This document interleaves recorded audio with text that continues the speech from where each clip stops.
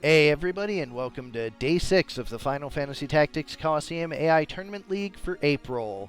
I'm Sardek, and with me again is Korremar, hopefully not concussed.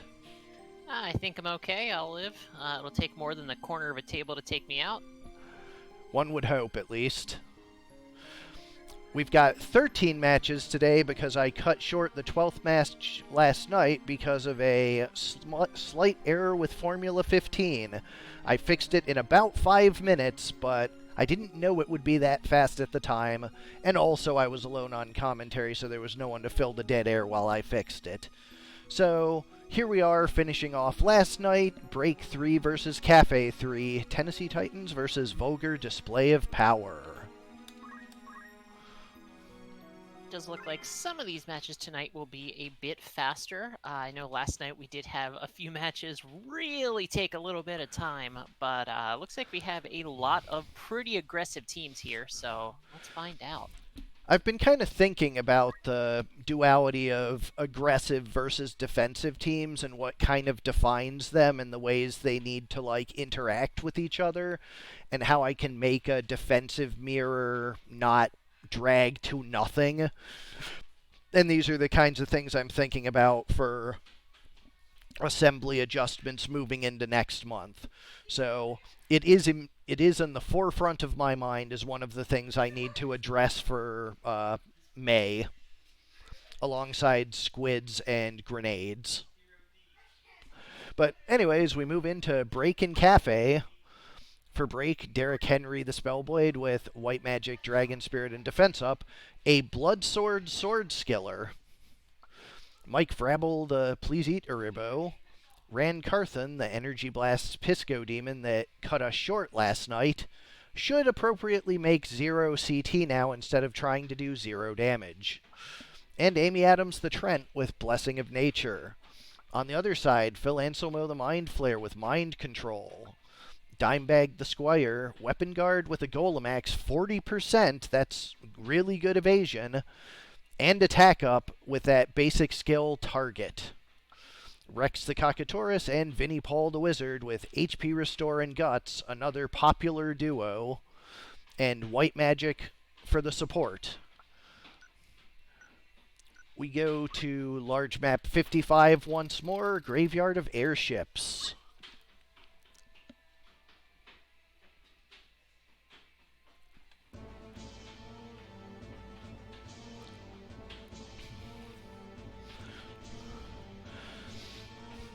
I really like a lot of these units on Vulgar Display of Power.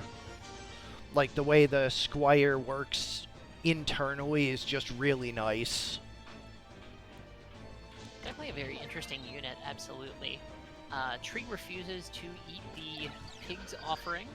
There's a tailwind, but it is only on the bird. Nobody's starting next to each other on this map. Yeah, this is one where Haste 2 is necessary instead of Haste 1 and Tailwind if you want to get your whole team.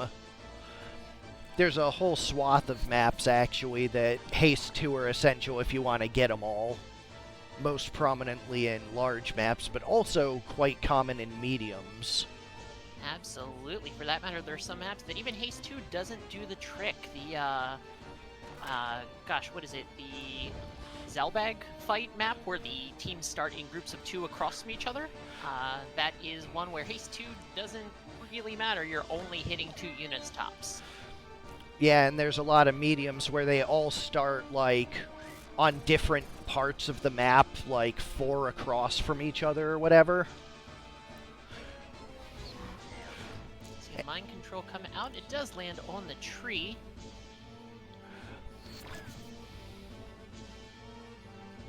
Yeah, that's one of the ones I was thinking of, Hero.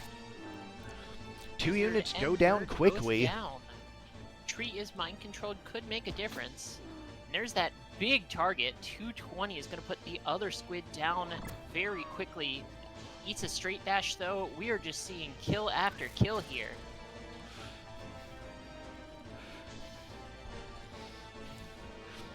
$97, they are definitely on the same Zodiac triangle. That's going to be a huge benefit for Which team has the squid? Vulgar Display of Power, is it? Yes. squid does eat the offering and is buffed for that. Tree's moving down, is going to leaf dance. It is charmed, so it hits the pig and kills it. Does also, an unfortunate counterflood for Vulgar Display of Power. Breaks that charm and does some damage to the Mind Flayer. Tennessee Titans squid heals itself. But Vulgar Display is on its last unit. This Mind Control better land. And even then, still on the back foot. Absolutely no ability to raise or anything like that. And with the tree being able to throw out all these buffs, it has more than a little bit of an uphill battle here to try and kill 3 units. Granted, Charm does make a big difference. You can see 2 units charmed right now, but it eats a counterflood in return for 120. That's the revival that they're missing.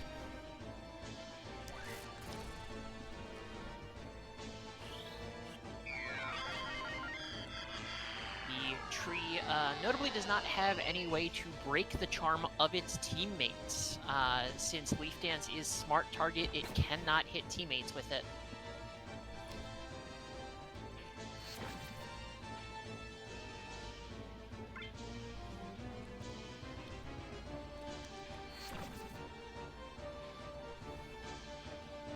Looks like this Mind Flayer is doing its best, and yeah, if this Spellblade goes down, it might, Vulgar Display of Power might go all the way here. Although with that big heal from the tree, that's going to continue to be an uphill battle.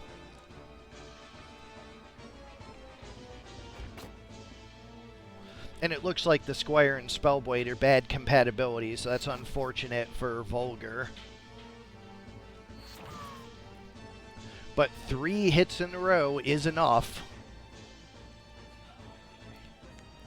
Oh, I do believe the Spellblade had re-raise, so we'll be able to get back up, see if the CTs work out such that it goes back down. Squire power sources himself, so still plenty healthy. Damage split breaks the charm on that squid. So it is a 2-on-2 with the Spellblade coming up eventually. That Squire is taking a beating, but those power sources keeping him up.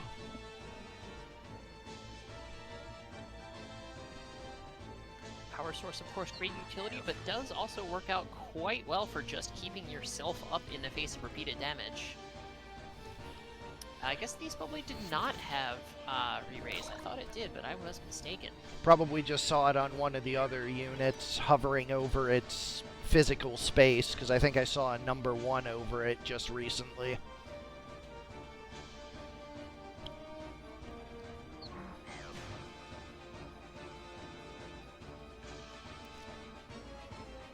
Charm significantly Yeah, there's a prolonging 0 things. there. Damage split on this tree, repeatedly breaking the squid back out of charm. And the Leaf Dance with the Counterflood also breaking it out. No counterflood that time, though, so that squid might be out of here. But can heal itself. Notably, the 2 squids not able to really aggress on one another, since their main source of damage, Aqualung. Ooh, a stop! That could be big.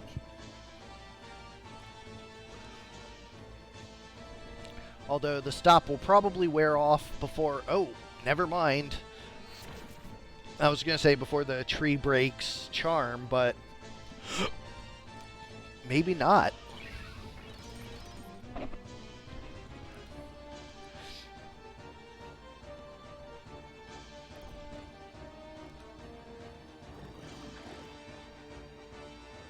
Friendly haste for the tree, so it's going to go a little bit faster. Charm does wear off as well.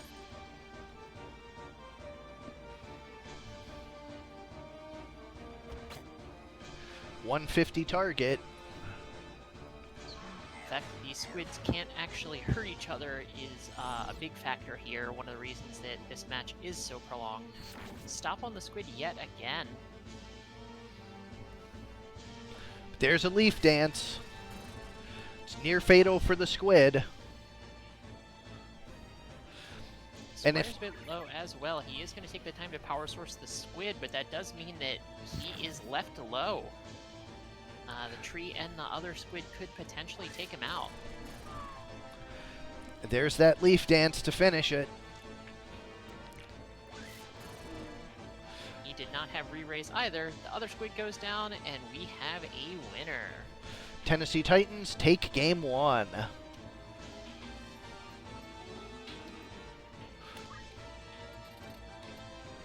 Small 13 next.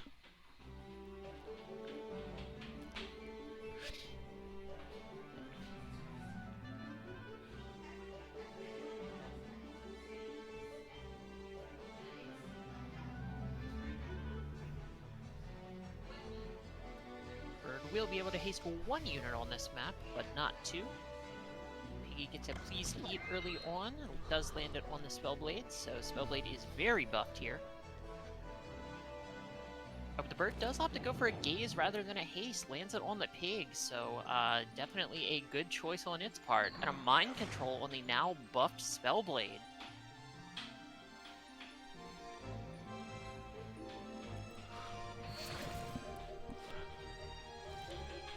Wizard takes 162, a good bit of its HP, but the wizard does have guts. Flash heals itself rather than aggressing at all. Which is a little bit of a tempo loss there. Tree taking a bunch of damage from the Spellblade, there's also a pretty big deal. Oh, and a second gaze landing. That is, in all likelihood, gonna be it. And the Spellblade appears to be dispelling the beneficial effects on the Trent. Yep, there is that please eat gone. Notably, it can still protect Shell Re-Raise itself, but it cannot also haste and regen, and it goes for the Leaf Dance instead. Explosion, I think, will just about take it out. Not quite, not enough damage, but it is in real bad shape here. Almost certainly going to a Game 3. Yep, a Vulgar Display definitely dominating this small map.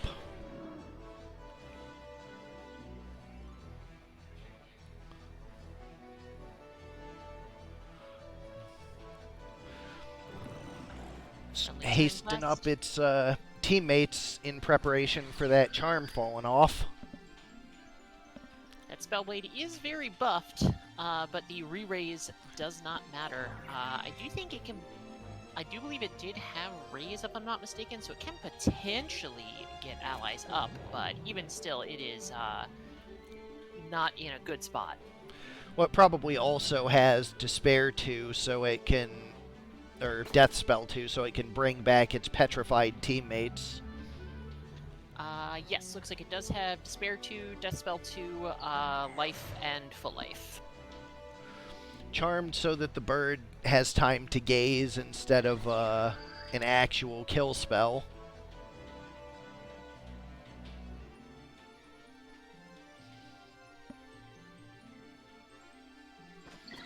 But the bird electing not to do so.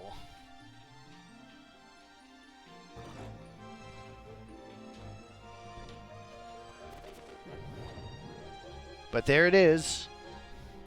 We're going to a Game 3 on map 42. Those early Petrifies really proving super strong. Birds tend to make games very swingy one way or another. Birds are very good at doing one thing, but when they can't do it, they're real bad.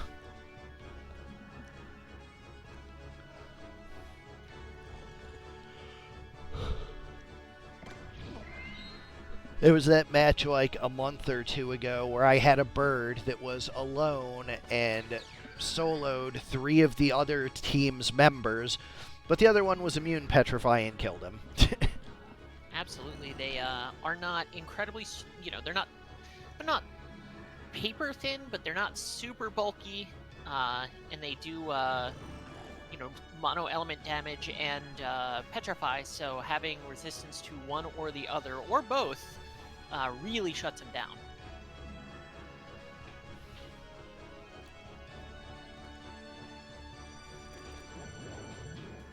Seems to have good compatibility with that pig being 67%. Or no, it's probably neutral. Spellblade is able to remove that Petrify, or is attempting it at the very least. Let's see if it gets it off. That explosion, definitely not good enough to stop it. Spellblade notably does not get another action, having to burn its turn doing the death spell, so the pig is in, or the bird is in a little bit of a rough spot there. It is surrounded, but a huge target going to take this piggy out, no problem. The squid is finally in range to start mind controlling.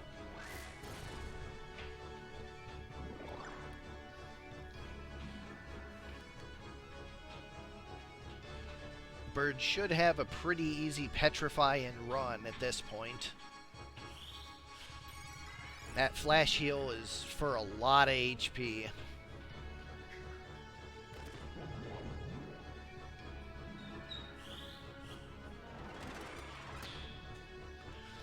Yeah, it looks like in spite of a rough start, Vulgar Display of Power is in the driver's seat for this match.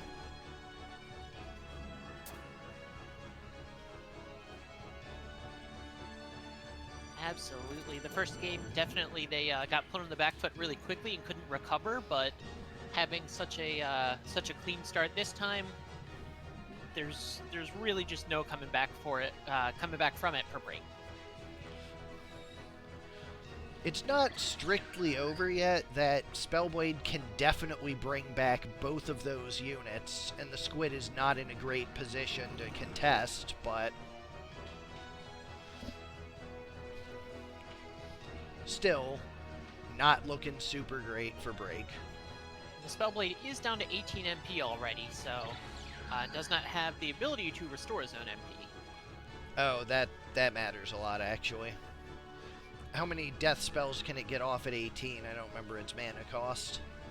Death spell is 16 MP, so 1. So he'd have to bring back the tree then, and then just be stabby. He has a good sword for being stabby, so at least there's that.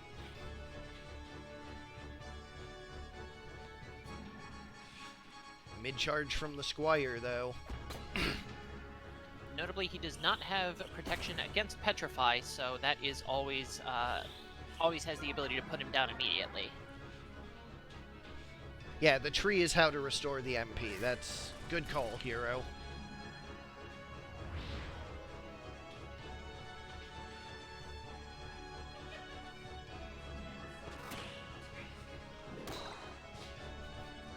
Damage split from the tree. But the explosion takes out the Spellblade before the tree can get down to help. Just one tree versus 4 units is not going to do it. It'll take a little time since trees are bulky, and this damage split has been proccing a lot. Well, you know what they say about axes and trees. Wow, that tree had great luck, actually. Only 50 Brave and was proccing that damage split, like, constantly. That is how it goes sometimes. Kaffe takes the match 2-1. We go on now to Korremar 4 versus Coppola 3, Lunch Rush versus Meta. I was actually just having a conversation with Baron earlier today about start haste and its implications for casting haste on the team. Absolutely. This team displaying that well. We have Matheson, a speed 14 thief with the escutcheon for that start haste. So it does act on the 5th tick, which means the 3 CT haste 2 comes out on tick number 8. After that, it doesn't have a lot else it can do, but it does have catch to allow it to do that just a little bit better. Moving on, we have Ragusia the Squire does have Weapon Guard and Abandon with that Nagra Rock and Buckler, so it is pretty hard to kill, pretty hard to hit at least. Does have a Cursed Ring as well and basic skill and throw. Third up, we have Weissman the Archer, 13 speed as well. Attack up, Hamido, Ultimus Bow, a whole lot of damage coming out from it with a Cursed Ring as well, and Punch Art for some support. And bringing up the rear, we have Lagerstrom the Time Mage, also at 13 speed. You might be seeing a theme here. HP Restored and Guts to help with the fact that it only has 200 HP. Time Magic and Yin Yang Magic, as well as move MP up to keep its MP high. Team is hyper fast and has an even faster Thief to give it haste to. So the name Lunch Rush, certainly descriptive. On the other side, for Coppola, we have Meta, featuring Annoy the Geomancer, the Meta Geomancer with Counterflood and Overflow, item and E2.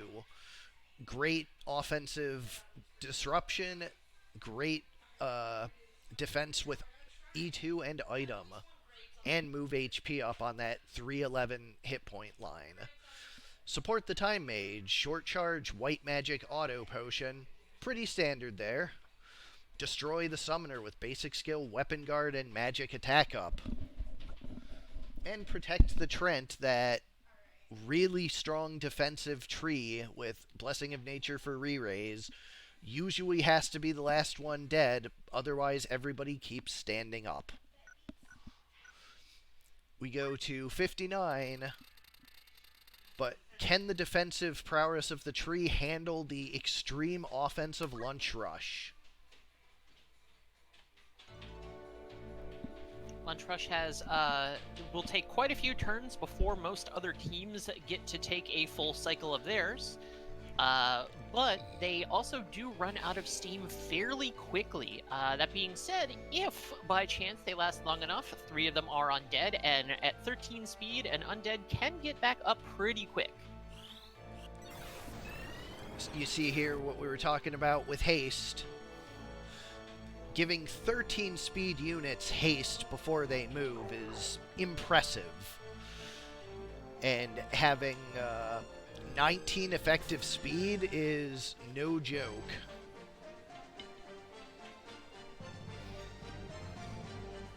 Absolutely. I definitely mathed out speeds on this team a whole lot to make sure that happened.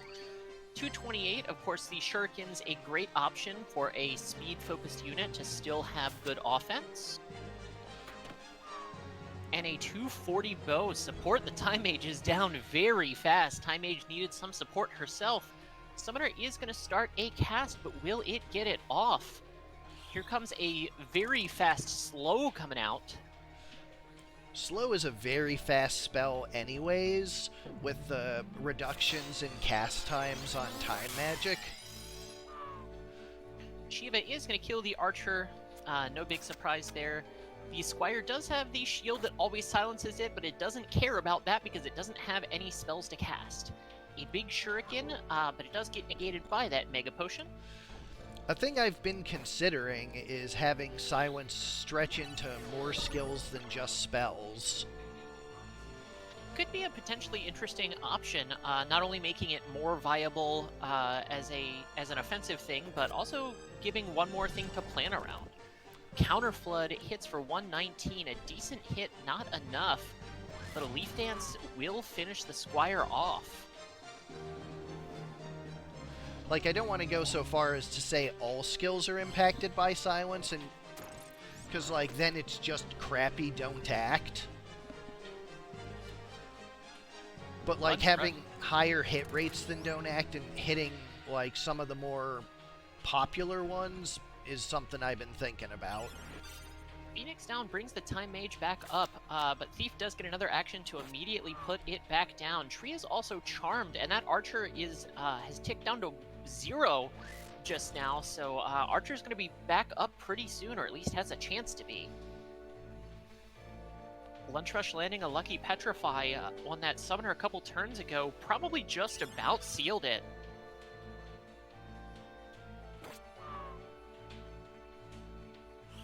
sandbag loops not working out well when you face a team this fast, and a second Petrify means just the tree. 2 units now ticking down to 0. The Archer did fail its first attempt to stand up, but we will see it statistically eventually will happen. Speaking there we go. of, Chakras itself back up for most of its missing HP, and there's a big haste 2 coming out. Is going to haste 2 units yet again, and here is we are trapped behind the petrified unit here. Lunch Rush kind of demonstrating a concept about team synergy and making the team work together instead of having individually strong units. Every piece of this team is meant to improve how the other pieces work together. And this was based entirely around, let's see how fast I can make a team go. And then it just kind of assembled from there. God damn it, another Steel Heart. But your Time Mage is throwing Petrifies, so...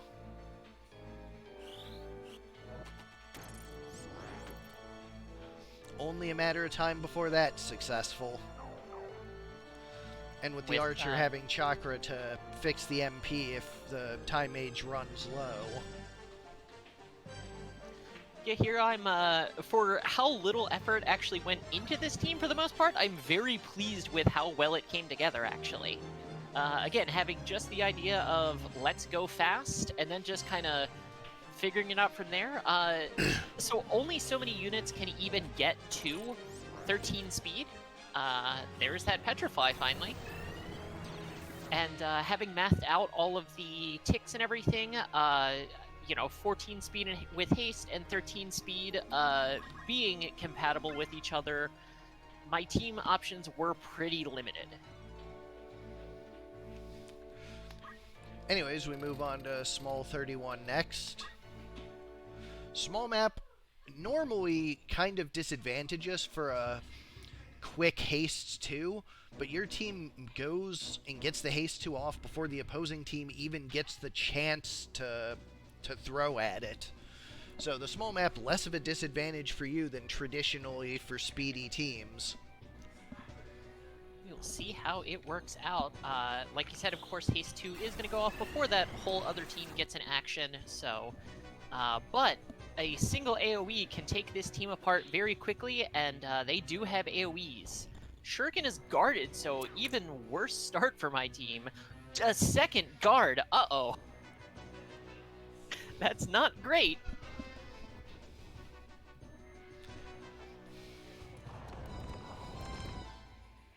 Two carved models, no procs, no kills, and a slow coming out. Only hits 1, is guarded yet again.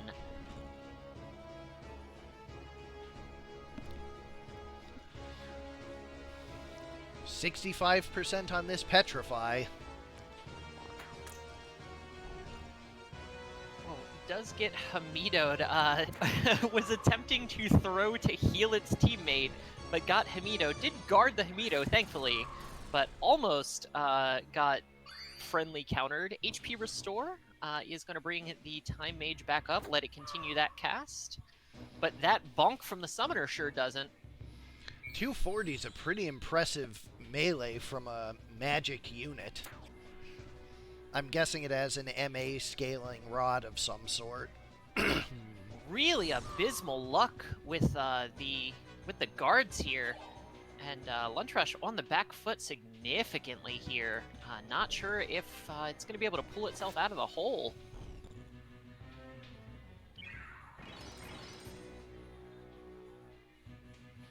Blessing of Nature getting re-raise on 2 units, but the tree and the near fatal summoner. Summoner does go down to a tiny Nagra Rock stab, but is going to be able to get back up. There's a carved model, and gets a Petrify. Oof. RNG giveth, RNG taketh away. We do have 1 unit at 0, though, so there is a chance an Undead getting back up could still swing it. That is not gonna happen. Here comes the Geo. Oh no! Here comes a Phoenix down. Not going for the kill on the Thief. Thief does not disarm the Geo and does get counter flooded for a kill, and that is gonna tie it up 1-1, and we are going to game 3. Map 75 for the medium. The volcano. Some truly abysmal luck sunk my team there, but let's see how the RNG treats me this time.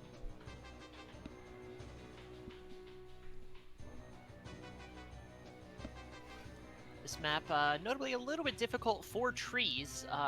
They don't have super high move and jump, so can interfere just a little bit.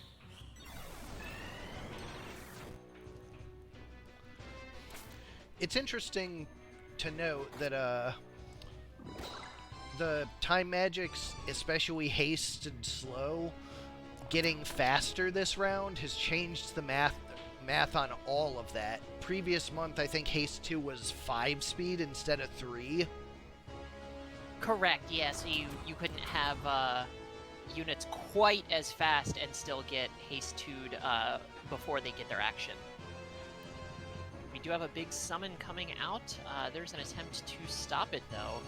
That shuriken is not going to stop it. Not enough to kill, and an auto potion does keep it nice and healthy. But the archer opts to finish off the summoner. Interesting choice.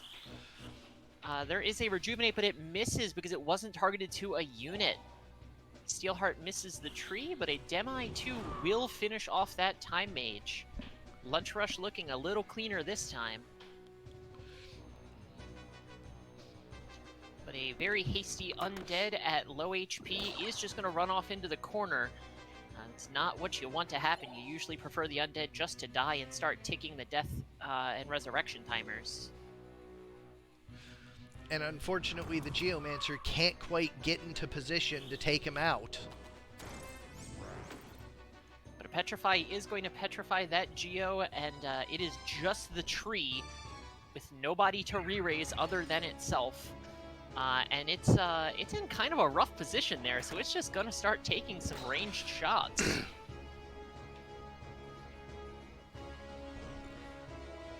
Haste does wear off, so the time mage rehastes itself.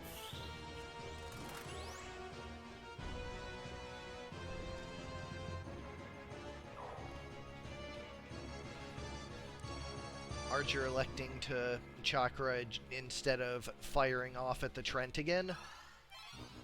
Tree can heal itself, but that won't stop a potential Petrify from coming in. There it is. Lands, and Lunch Rush takes it 2-1.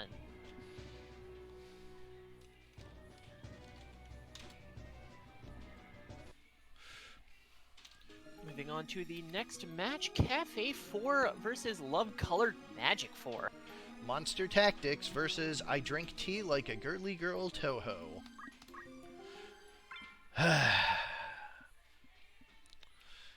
Yes, I do say most of the team names, but why do you do this to me? For Monster Tactics, we have This Is Just a Tribute. Taiju with Spirit of Life, the multi-target revival. Chocobo with the Guard and Asuna. Much harder to petrify this team to death. Shadow Stitch Master Tonberry for the disruption, and Bloodstalker for the damage with Blood Ritual and Everyone's Grudge. On the other side, we have Yui the Monk with Time Magic HP Restore and Equip Armor. Genji Helmet, which of the two protections is that? Is that one of the ones with Stop? Let me take a look here. Zephyr the Oracle with White Magic Weapon Guard and Defense up. 30% Weapon Guard on that Whale Whisker. Pretty significant alongside the 40% Spell Evade on the Wizard Mantle. Citan the Thief with Defender, so Equip Sword, Auto Potion, and Sword Skills. This was one of the breakout units of this month. This Thief is nuts. And that monk, took me a sec to pull it up. The monk has haste and don't move. What's the Genji helmet? Oh, the Genji helmet. Stop and petrify. So with stop, that means the monk is immune to the Shadow Stitch. That's going to be big.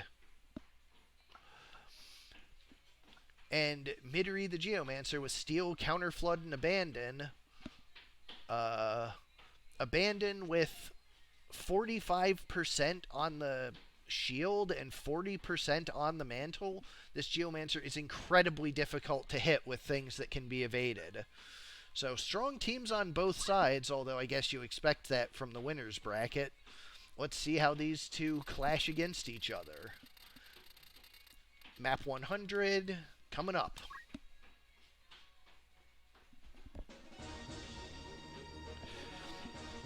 Yeah, having easy access to cancel stop in a helmet with the popularity of Master Tonberry's pretty big. Absolutely, and certainly these status protections are a stat trade-off, but I do think of, of all things, just the sheer breadth of interesting gear choices is an absolute blast. I played back through vanilla like a month or two ago, or a very close to vanilla playthrough at least, and man, the gear is boring. Yeah, like one of the first goals I had when I started this project is people only use like 2 pieces of armor and 3 weapons, and screw that. Like, let's get some diversity up in here. Absolutely. I mean, I get, of course, in vanilla, having to have, progression. So, of course, you have to have things that are just straight up better than other things. But even aside from that, there's really almost no incentive to use something that doesn't just have the most HP on it in almost all the slots. There's very little diversity. We have a Don't Act being charged on the tree. Chef's Knife is guarded and countered. 70 damage on the counter flood, not a ton to a Tonberry, and as the Tonberry gets lower, of course, it is made more dangerous, but it don't act on the tree just before its action.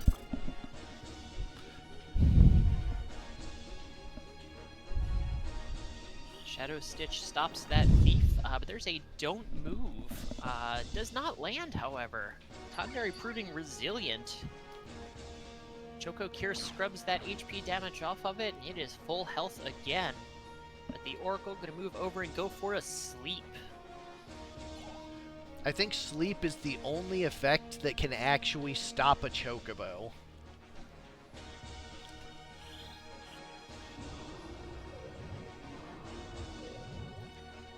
Yes, Chocobo's immune to Frog, Petrify, Berserk, Charm, Stop, Confuse, and Don't Act. So you pretty much got Don't Move and Sleep.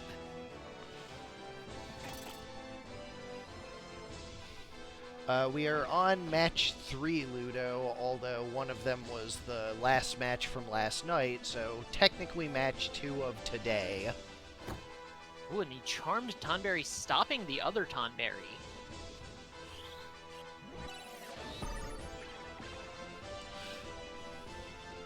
Confusion on 2, 1 enemy, 1 ally. The ally is immediately unstopped. It goes for a Stasis Sword. Does land it on an enemy. There's a Choco Guard to remove that confusion too, but it does also land on the enemy Tonberry. A lot of friendly fire buffs here. Ooh, a Chef's Knife in the back. And the thief goes down. Hell, Ivy not getting any stops, unfortunately.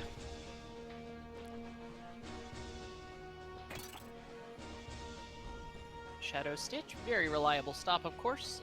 The Monk, notably immune to it, but the Geomancer sure is not.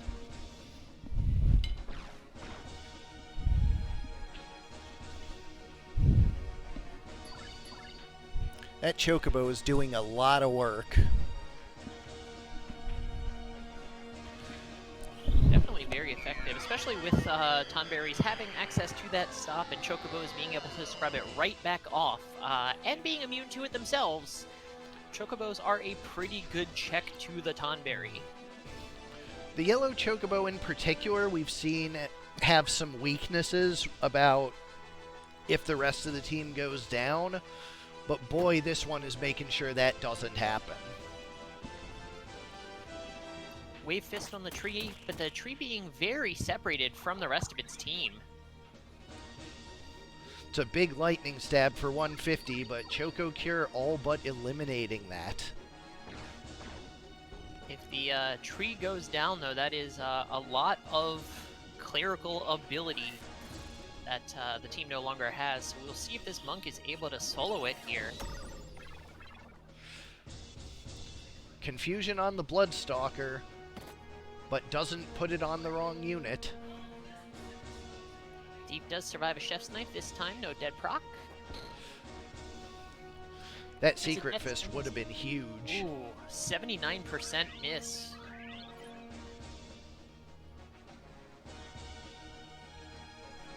Those 79% misses, probably nothing that Pokemon fans are a stranger to.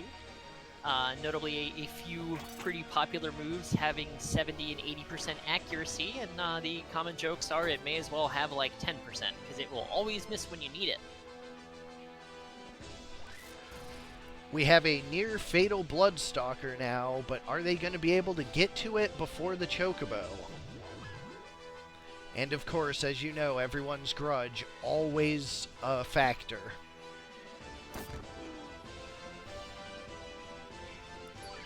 Hero knows exactly what I'm talking about there. Stone Edge and Focus Blast, a very strong move coming out at 70% accuracy. And yeah, no, it will always screw you. It's just the Thief and the Monk, but with the Bloodstalker down, a significant portion of the offense for Monster Tactics is on the floor. And with Death Sentence for the Taiju and him out of position, it is unlikely that Bloodstalker's going to see a return to this match. We do see another unit crystallize, however. This Monk is doing a pretty solid job of soloing this tree. Well, now that it's got a Death Sentence, it's going to join the other side, and looks like that's a revive for the Oracle. That immune stop on the helmet on the Monk really, really mattering. Oh, and guards that everyone's grudge, so she stays up. Tough break for Monster Tactics, but not looking super good for him right now. Somebody mentioned earlier in the channel today that Love Colored Magic is currently undefeated across all teams. And yeah, she does have, looks like she might continue that trend here.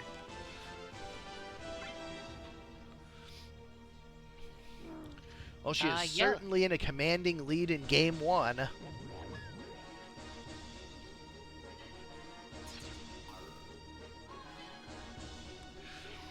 With only a Bloodstalker left standing and that Monk around with Revive and Immune stop, Love Colored Magic is in a commanding position.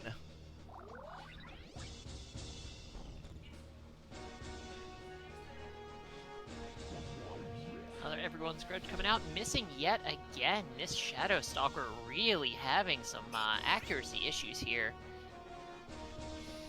Yeah, Master Tonberry is going to either have to get a lucky Meatbone Slash on that Monk, or else it's not good for this team at all.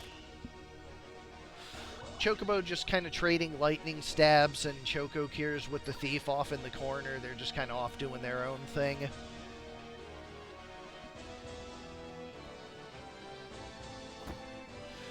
Wave Fist. Wave missed. Chocobo's still plenty healthy, 126, not a not insignificant portion of its HP pool, but not enough to scare it yet.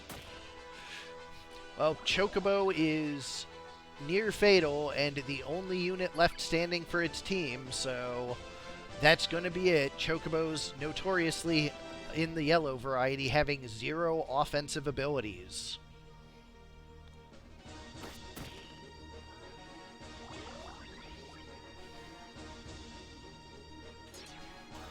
And Choco Guard instead of Choco Cure, that's gonna be it. its move is making it take just a little more time. But Thief can't miss, and that was always going to be fatal, so Love Colored Magic takes game 1.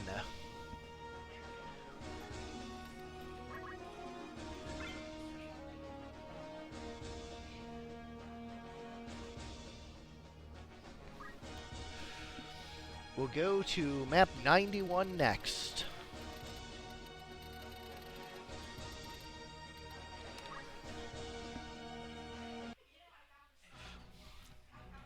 Love Colored Magic has pretty consistently been one of the most improved any given month. She has had a pretty solid rise month over month in just the teams she brings to the table. It's been great to see. And both Fig and Hero do also still have 4 teams in the tourney alongside her, but she is the only one with all of her teams still in the winner's bracket.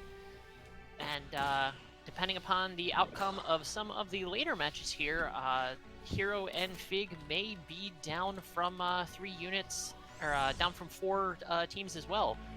Looks like, yeah, Hero 4, Hero 3 tonight, so guaranteed to lose 1 team, and Fig does have a loser's bracket match tonight as well.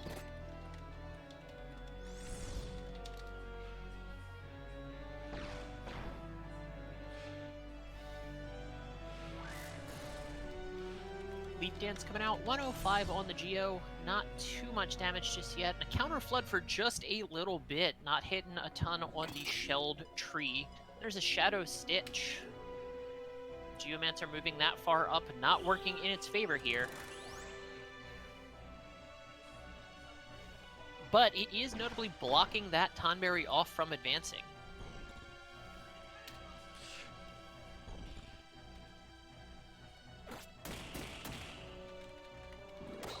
A triple lightning stab over the wall, damage split for just a little bit.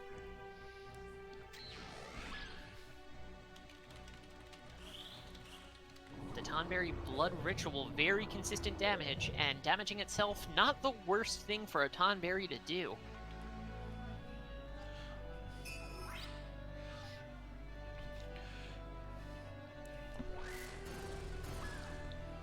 For a second, I looked down and I'm like, oh, the red team's clumping, but that Tonberry is not part of the red team.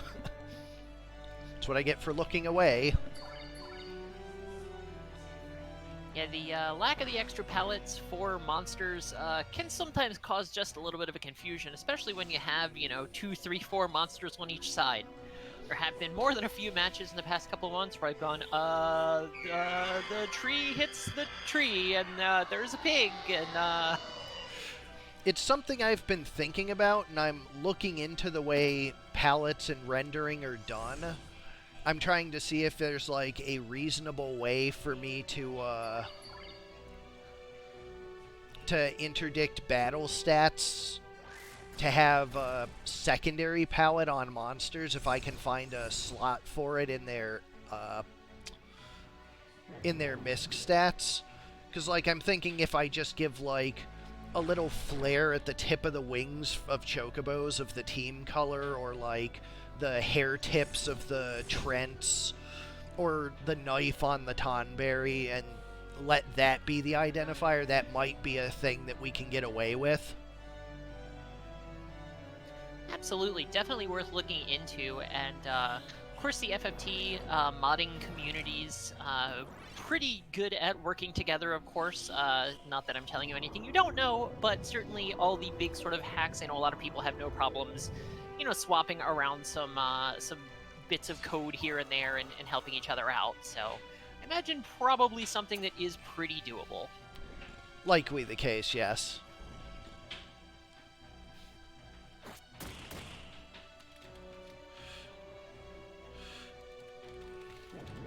Everyone's grudge coming out puts that monk down. 264, more than enough to kill. But a Shadow Stitch is going to paralyze the Thief in return. Geo's going to move up in Demon Fire, but no sleep procs, so that Tonberry is still in the action.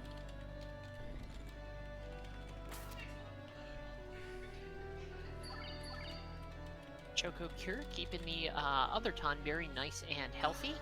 Tree doing just the same.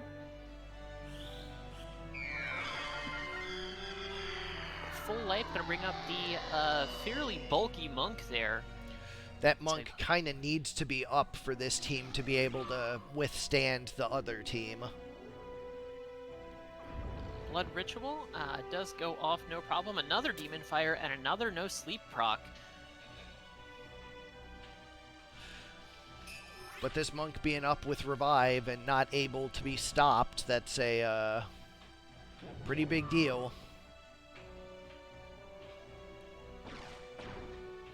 That Tonberry being weakened from 2 Demon Fires, but not prevented from acting, means it is a terror. Tonberry's in a nutshell there. Not super dangerous until they've taken a few hits, then always capable of major turnarounds.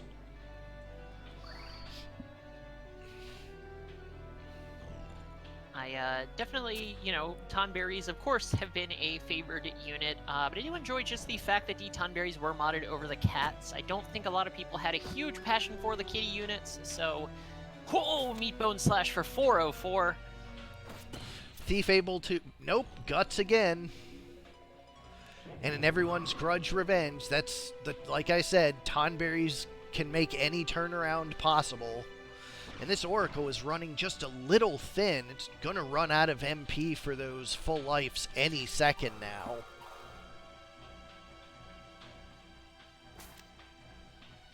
Very true, Soul. The cats were very underwhelming, so very cool to see a much more beloved unit modded in place of them. Now the question is, when do we get Cactars? Sardek?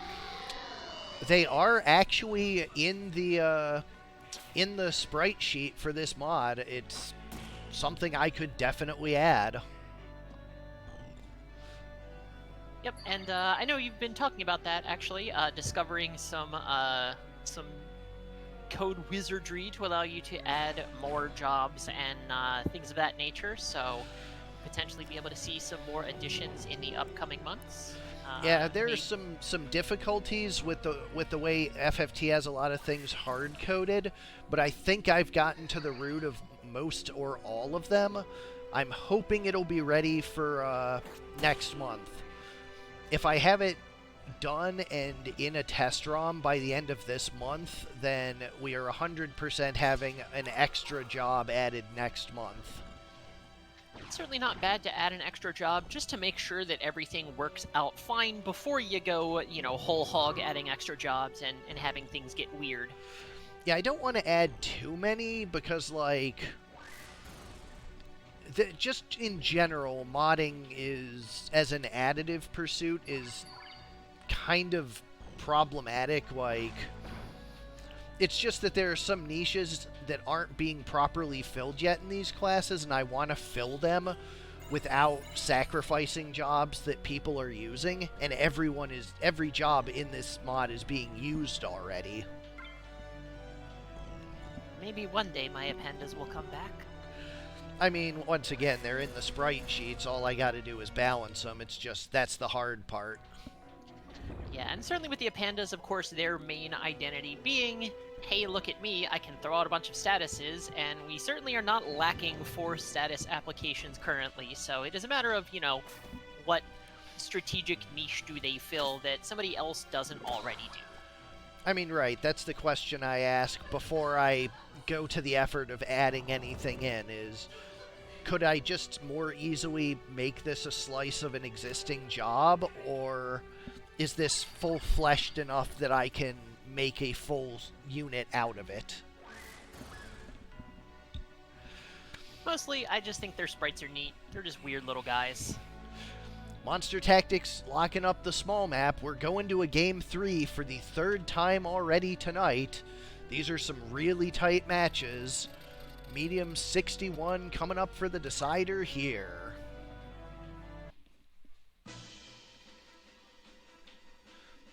I've been loving these matches tonight. Really close, really good fights. Absolutely. Oh, the terrain here could play a big difference. Those gaps in the floor, not going to be an issue for some of the units, but Tonberries do not have a very high jump, I believe.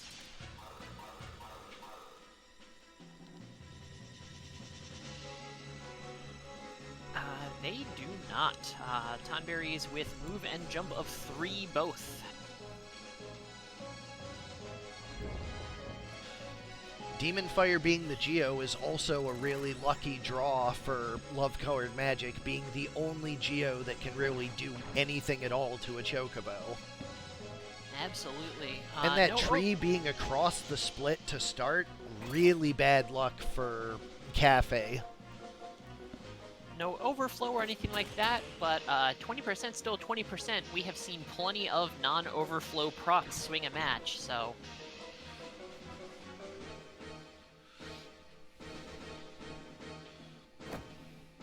Wave Fist, Monk not going for a Stigma Magic to remove that stop. There's a Blood Ritual, so the Geo very low now.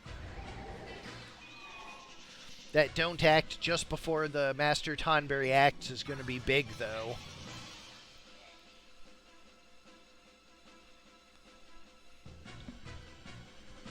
Choco Guard strips it, but not until after the Bloodstalker is wasted, or the Master Tonberry has wasted a turn. There's a Flash Heal, is going to pick the Geo up just a little bit. Still very much Blood Ritualable, though.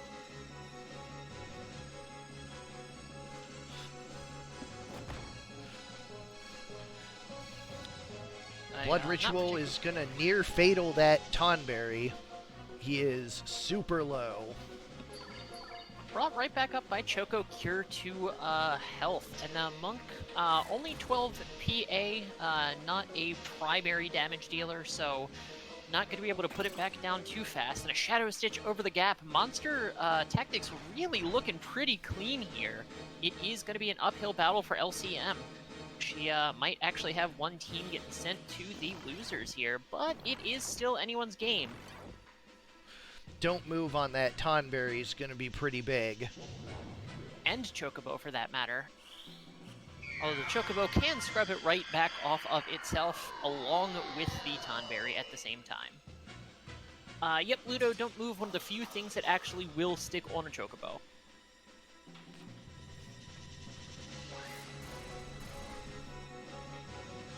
Beef Dance drops the Monk low.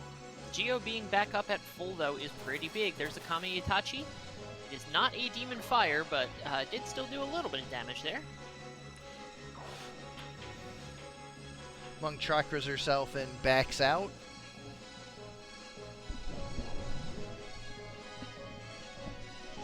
It's a little tiny grudge.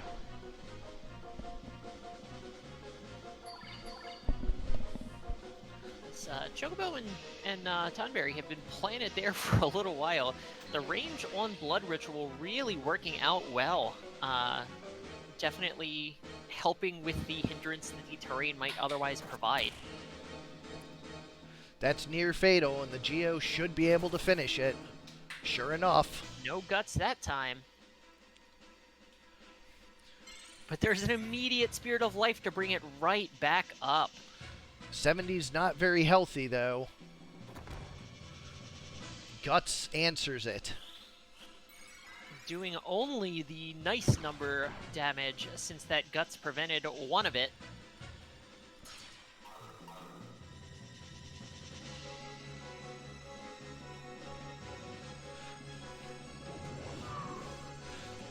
Everyone's grudge takes out the thief, but Geomancer is going to be able to revenge right back. And a don't act on the tree is going to prevent the revival from coming. At least for a little while. It will wear off before the Tonberry crystallizes or anything like that, but it does mean that the tree can't do anything currently. Small Everyone's Grudge does finish off the thief, but a full life is going to bring it back up outside of range.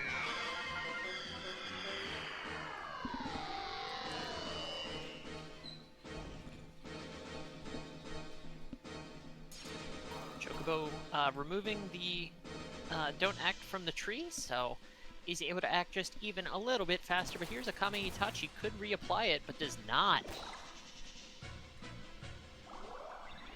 Damage split for a little bit of the damage back, but the damage from those Geomancies not the main feature there. Again, not a huge Geo. 15 MA, 10 PA, nothing to sneeze at, but also not a huge amount, especially not for a shelled unit.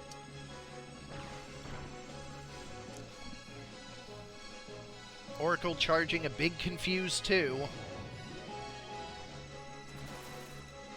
Counter Flood to near fatal, but Choco Cure gonna bring it back up.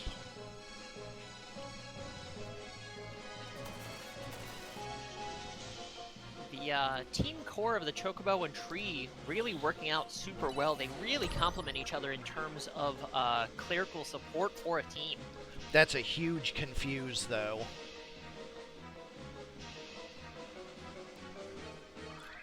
But it's addressed.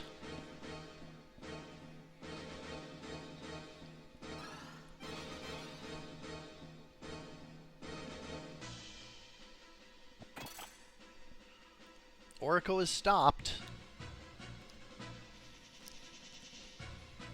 So now it's up to the monk to get something going.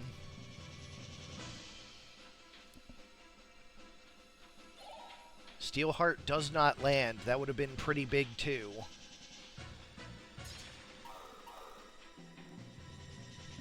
Well, it's interesting to me that I was just checking the data companion. The Chocobo did use Choco Esuna there. It's interesting because the yellow Chocobos have Choco Esuna and Choco Guard, but Choco Guard is literally always better. So interesting that it used Esuna instead of Choco Guard. The reason being for that is that the AI doesn't see Sturdy in its evaluation because of where I had to interdict it in. Gotcha, okay. Like, I don't add it to the TCA pointer because the AI will see it and then never use it. Because it doesn't understand, for whatever reason, that it's positive. Interesting. Which is weird, because I replaced a positive status with it.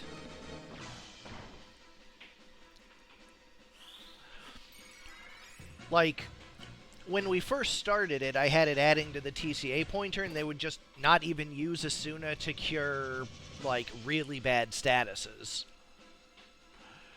But then when I unlinked it from the TCA procedure and just hard code added it, the AI started using it again.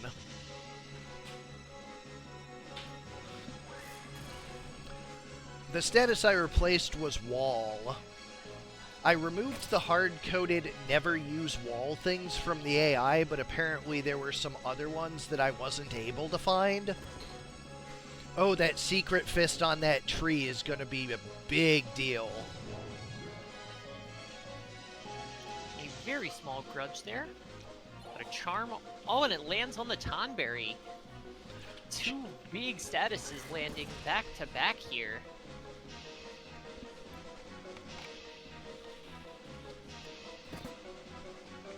Chef's Knife mostly mitigated by the auto potion.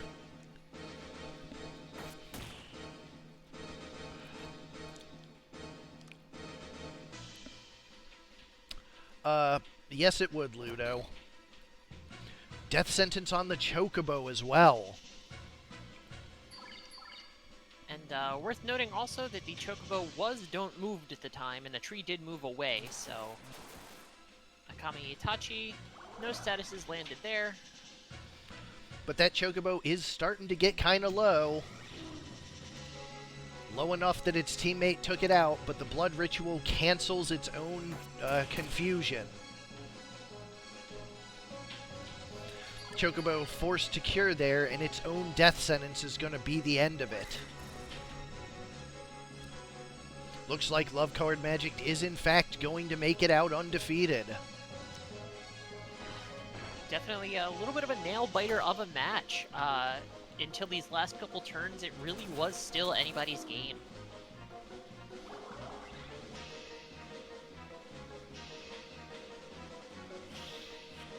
just running out the clock here. Is going to don't move the Chocobo, just insult to injury here.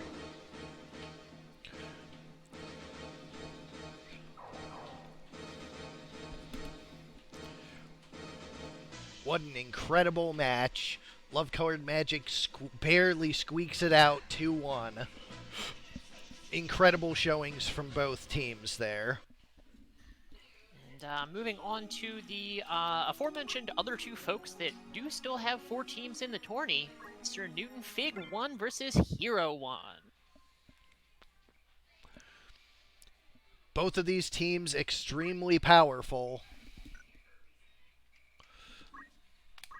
First we have Fig 1. Time for my victory. We have Time the Ninja with Throw, Item, Dragon Spirit, and Throw Item. Parasasuke Knives does a decent amount of damage with that much speed and PA. Looking to be 240 from the attacks. This ninja, on the other hand, just brutal. Weapon guard for the 40% on the short edge with attack up in the Morning Star. This ninja hits really, really hard. And the red shoes on top of it makes it even harder.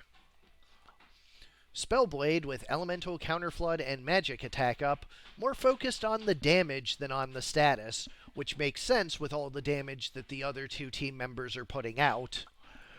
And Victory, the Defensive Oracle, with Short Charge, Auto Potion, and White Magic, with Rubber Shoes to negate most of the cost of the Faith Rod.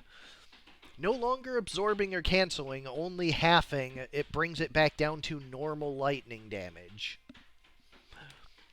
On the other side, Mr. Zoom the Chemist. Steel, Dragon Spirit, and Equip Shield for that Diamond Shield to make that book hit just that little bit harder. Mrs. Zoom the Ninja with Basic Skill, MP Switch, and Guts. 194 HP, making her the primary target of a lot of things, but those MP Switch and Guts make it really hard to take her down. Hero in the Spellblade with Elemental Counterflood and Overflow, this one the more offensive support version of a Spellblade. And finally, Hero the Geomancer with Punch Art, Weapon Guard, and Martial Arts. 19 PA with Punch Art, no joke. Two very strong offensive teams here. Let's see which one comes out on top. We got Large 106 to start.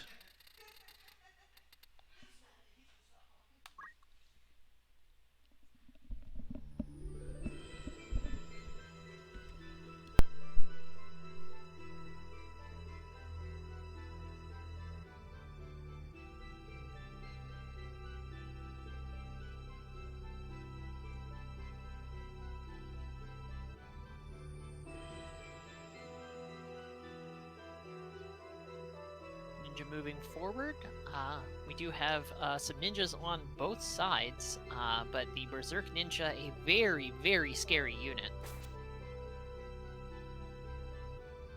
Taking just a little bit of time for everybody to move up next to each other. No real buffs coming out on either side. Don't have any big haste tours or anything like that. I say as somebody starts casting. 2 stabs, but one of them is eaten by the MP switch, but a Confused 2 coming out, though, does hit a ninja on either side. They are dancing in each other's face, but a Remedy going to pull it back off that ninja immediately. Right before her turn as well, so she does still get the Magic Shuriken. Hits the catch, or the low chance accuracy there, but dies in return. Yeah, these two teams both have really, really strong tank-busting damage options. Yagyu Shuriken was on a friendly unit, but it hits the wall, so no big deal there.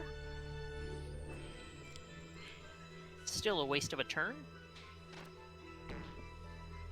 What a book hit on the Berserk Ninja, but again, she is going to act right after and kill the unit. A brutal revenge killer here.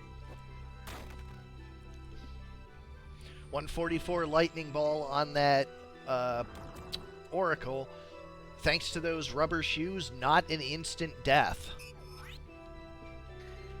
The confused Geomancer, just attempting to revive, does nothing. we are seeing a lot of kills here pretty quick, but also a resurrect attempt coming out there. This ninja is just brutalizing its own team here.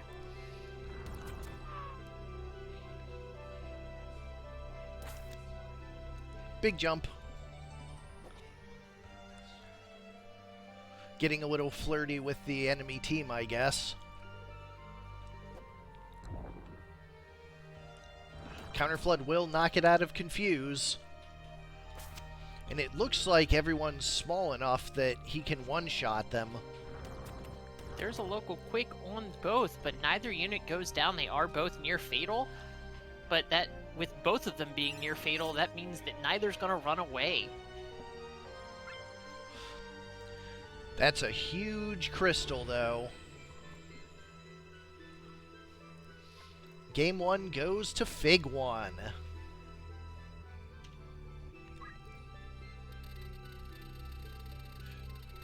Small map 97, potentially a little better lit for us.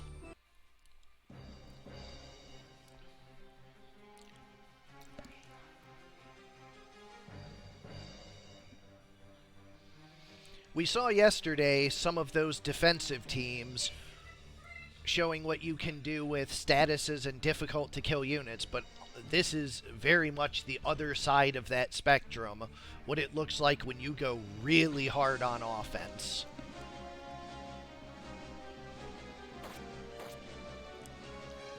Breaking that MP switch on the ninja yet again. Does eat a book in return, but 120 not enough to near fatal, and here comes the murder ninja, of course. Only needs one hit to put that ninja down the rest of the way. These two teams do appear to be on the same Zodiac triangle, because 216 from Geomancy is way too high for neutral compat.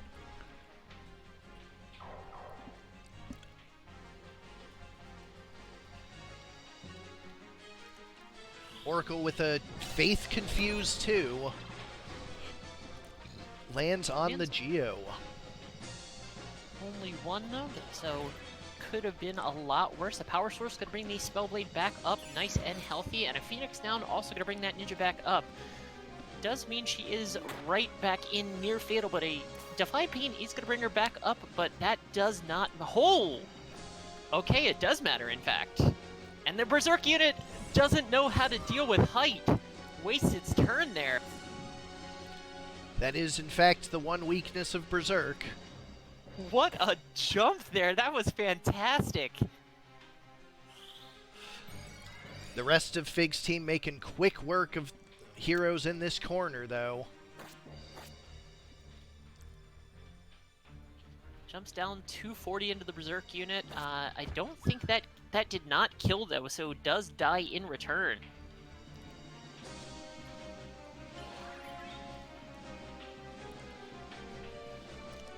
Soon as I saw the teams, I said that this Fig 1 team is one of the big breakouts of this tournament, and I'm not being disappointed in action. This team is scary.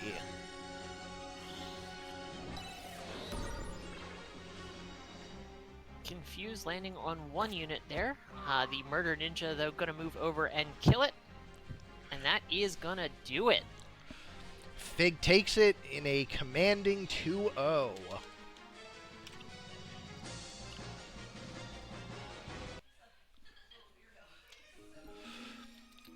We'll go next to Korremar 2 versus Cross 1.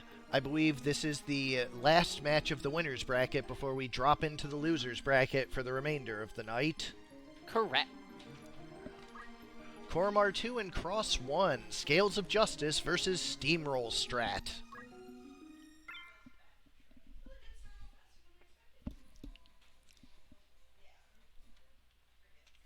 Alrighty, so this team, the Scales of Justice, bonus points if any of you can name all of these scales they are named after. We have Kinsey the Lancer, a punch art Lancer, does have 12 PA to start, not super high, but notably does have PA save. With the move HP up and Chakra to keep her alive, Reflect Mail as well. She scales pretty hard pretty quickly. Next up, we have the Schmid scale. The Archer does have item to support the team just a little bit, does have that overflow with Purchase Bow and Counter to potentially get some extra chances at procs. Third up, we have Bristol the Squire, the Lava Bolt with the Small Mantle to strengthen. Has the Genji Shield for status protections, a little bit of extra protection for itself with that Abandon. Does have HP Restore as well. And bringing up the rear, we have Beck the Uribo, which does have that Please Eat, of course. On the other side, for Cross One, we have I'm Coming For Ya. The Steamrollers, an Assassin Ninja with Catch, Elemental, and Overflow. Still not sure why it has Start Faith, but sure, why not?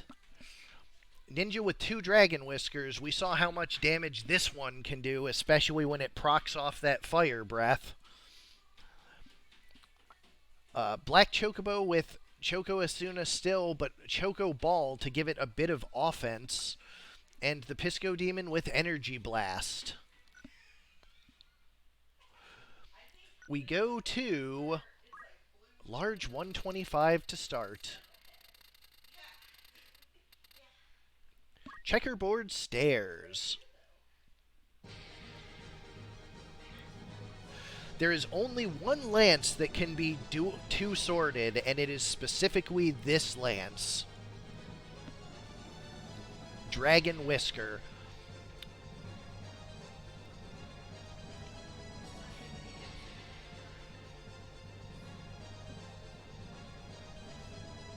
Ninja gets the first action. Piggy acts right after that, does get a Please Eat on its buddy, the Squire. And the Squire does actually decide to eat this time. I believe we had 3 failures in a different match.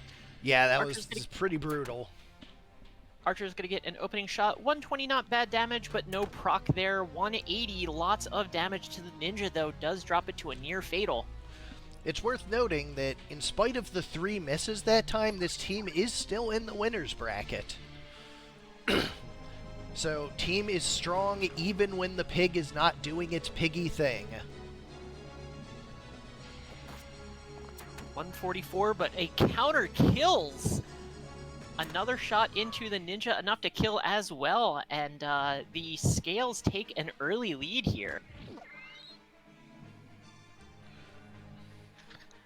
Baron, worth noting as well, I know Sardek said that you were, you also did commentary, of course, for Arena. Certainly would totally welcome other commentators. I do a lot of the commentary. Ludo has done it as well as Kjata, but certainly once you feel comfortable and a little bit more well-versed in some of the nuances of Colosseum, absolutely welcome to throw in some commentary as well if you are feeling it. God, I love Temporal Strike. It's a really cool skill. It's a really great addition to the Archer toolkit. Stripping haste and doing what amounts to like Gravy 2 on a single target. God, that counter on that Archer is so good. Even without getting procs on the counter hit, still just putting in some work. And this squid is all that's left, and it's not going to last too long here.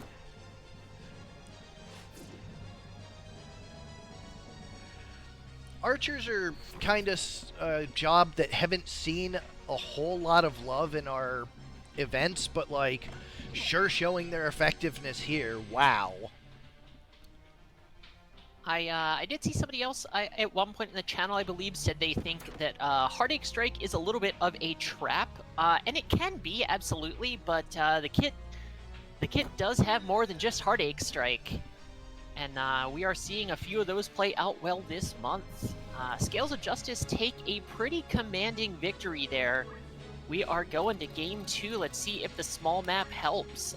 Notably, the 2 archers on the team do mean that getting close quick enough could make a difference here for Cross. And this is one of the smallest small maps, so really going to be a proving ground for those archers.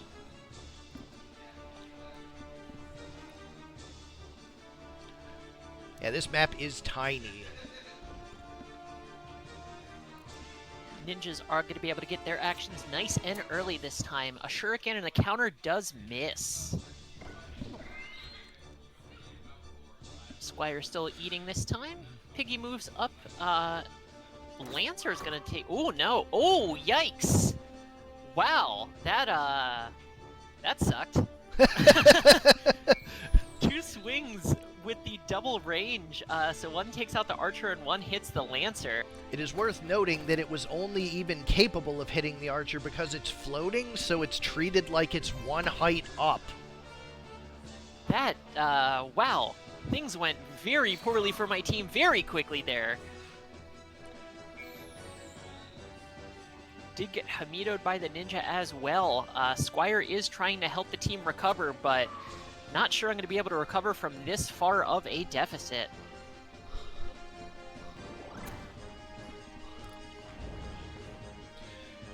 This really does highlight the reason why we do large, then small, then medium, because, boy, some teams sure do differently on those kinds of maps.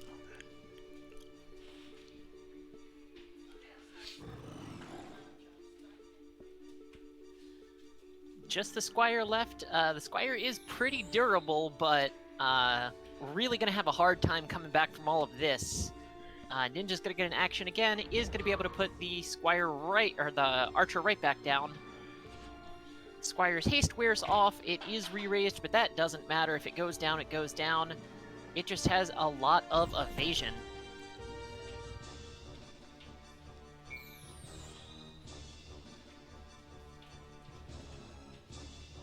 One of these times the Archer may get to act after it gets back up, but it ain't working out for it just yet. Yeah, the speeds on the other side are just really working in Cross's favor, making it very difficult for the Archer to find a turn.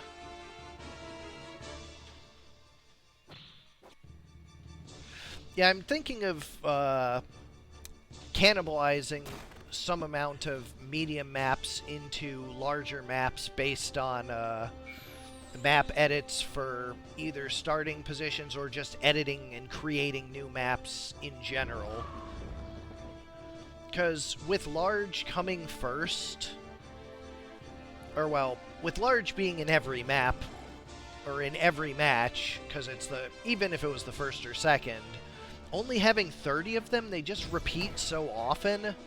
And there are a bunch of them that we have that are changed, or that are not changed the way Arena did. So we only actually have like 27 or 28 effective large maps.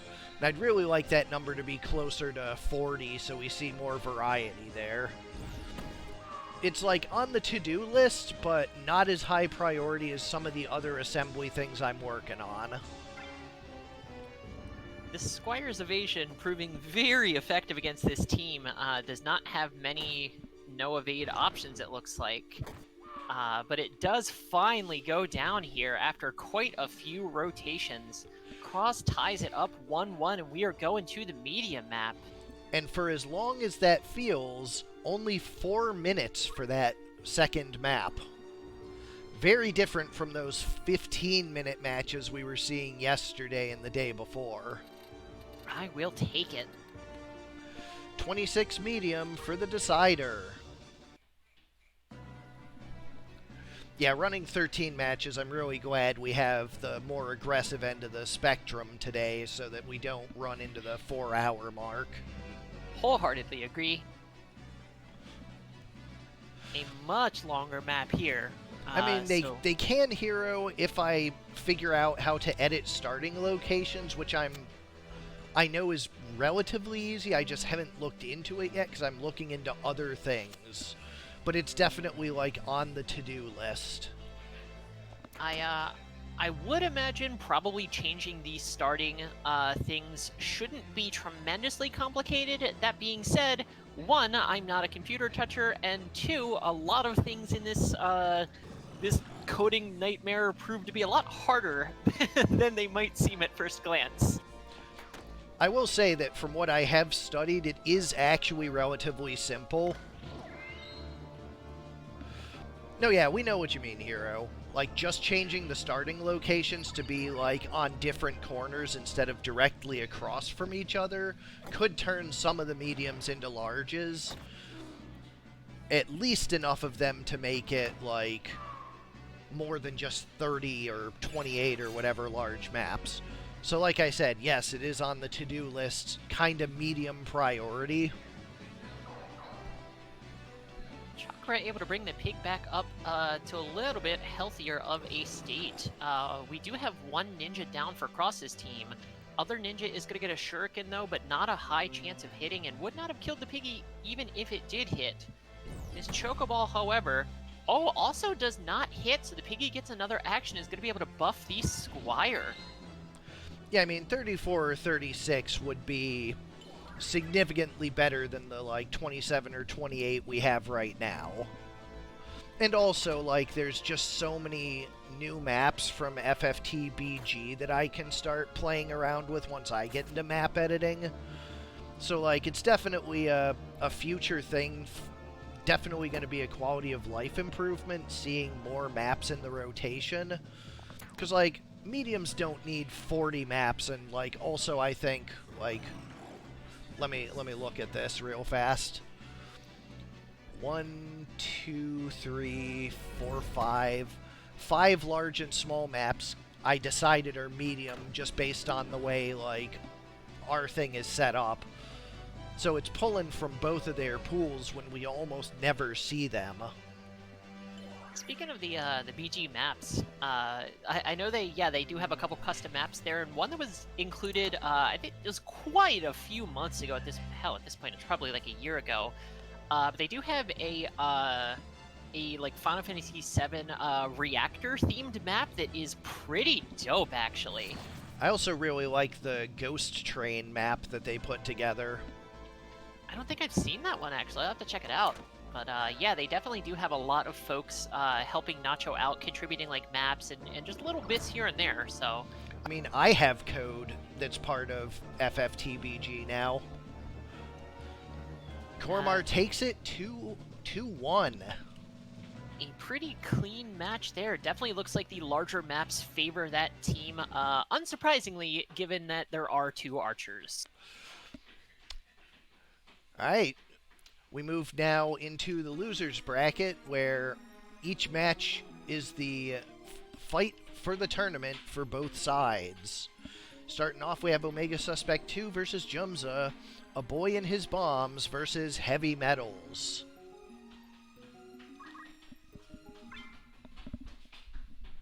There's also this really neat double-layered tree one that BG has that's super interesting watching people fight in. Anyways, for Omegasuspekt, we have A Boy and His Bombs. Don't really need to say a whole lot about that. Some flame spins and an ancient sword squire. Not a chaos blade in this one. On the other side, for heavy metals, we have Plutonium the Sacred with Mimic Titan. A lot of units on this side absorb Earth, so he is combination healer and DPS. Uranium the Geomancer with item equips armor and Dragon Spirit. Equip armor for the diamond armor for that extra PA, MA, and HP. Equip armor being pretty good on Geomancers just in general, competing with Overflow and Magic Attack Up for the slot. Radium the Monk with basic skill HP Restore and Attack Up. And Radon the Wizard with Summon Magic, Counter Magic, and Magic Attack Up. Yeah, Mimic Titan with Green Beret and Earth Clothes. Both the Monk and the Geomancer are healed by the AoE attacks of this Sacred. So anyways, we move to large map 105 to start this one off. As I was saying, I actually have a little bit of code in BG now as well. Talcall was working on palleting the diamond, or the crystals, to get them to be looking better, and I contributed the code that make the crystals match the team color when they drop. without the purple crystal making the game shit the bed. Well, right. It was that I had recently done work on that I was already operating in that space, and Nacho was like, it'd be cool if, like, the red team always made red crystals, and I'm like, actually, I know exactly how to do that. Here's the ASM for it. Tallcall wrote the pallets, and Nacho tweaked them a bit, and there we go. It's in BG now. Teamwork. It really is fantastic the way the community works together. Like, we have 3 different major forks of Arena, and we're all helping each other. It's just wonderful. Ta! Nice heal. Oof. Managed to heal the wizard for 3 in total.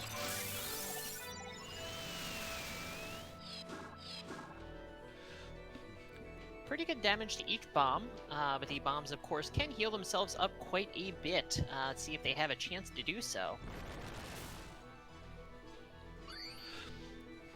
HP restore for the monk, only 255, but that's not bad. 135 on boy.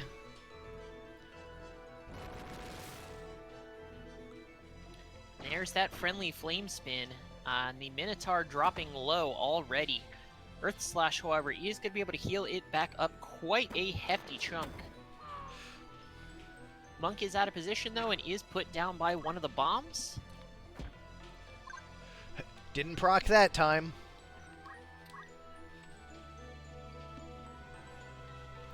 Wizard going for a big sylph here.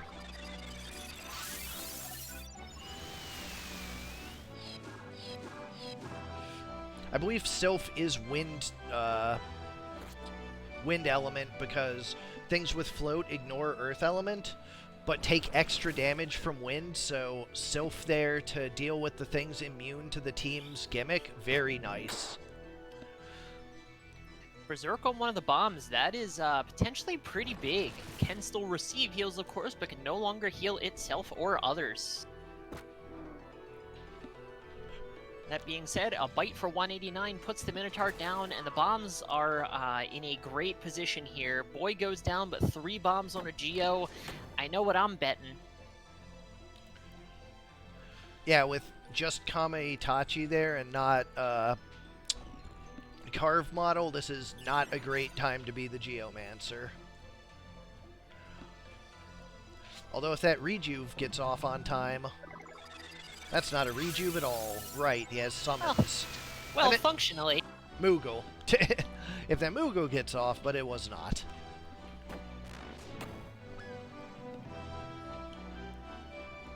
The Berserk bomb moving on up. Other bombs getting in position. There is a flame spin. Geo is going to go down pretty soon here. Still not near fatal, but that bite will be enough, and the Geo is down. Small map 16 coming up next.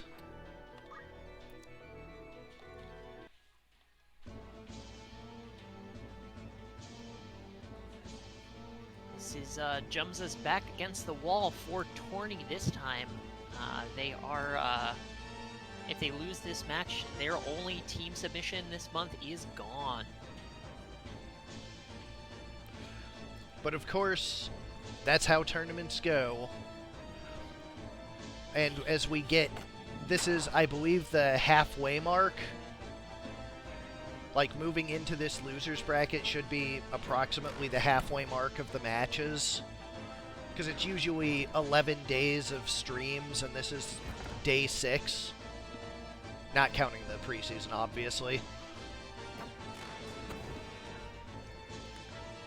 So, still getting through the first half of it. Certainly not bad, especially for a new person new to the format. Certainly, I think, most of our new folks are familiar at least with, Arena or BG or one of these sort of variations, but each of those is just a little bit different, as is Colosseum, so... It is definitely a very different world. Oh, hey, the wizard has something that absorbs Earth, too. I didn't see it on the equip sheet, but I guess he does.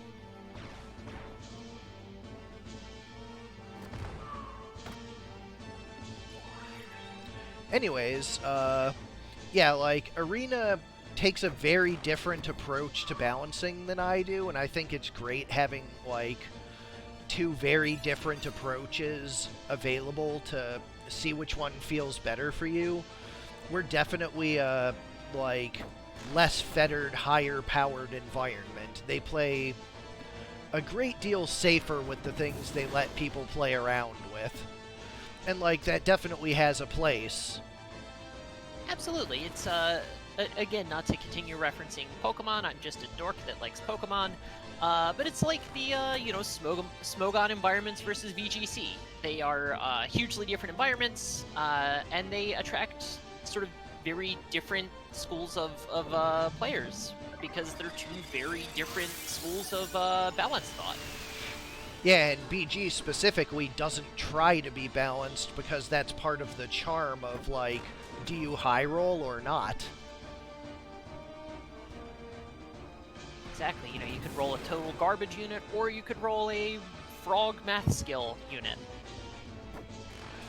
Yeah, I mean, and with BG going so constantly, that was one thing I did want to try and emulate with this was Arena, even at its height, was only like 1 or 2 tournaments a year because it's a lot of work putting these on. Like, hats off to Kurosabes and Baron, like, that's no small amount of work. Which I well know, doing it friggin' monthly now. I'll say that Nacho had the right idea, letting the programs do it for him. And conveniently, too, BG has enough of an audience that he can kind of hands off it and, you know, have a few admin/mods, and they can just kind of, you know, ping if something breaks or goes off the rails, and he can, you know, give it a quick kick to restart it.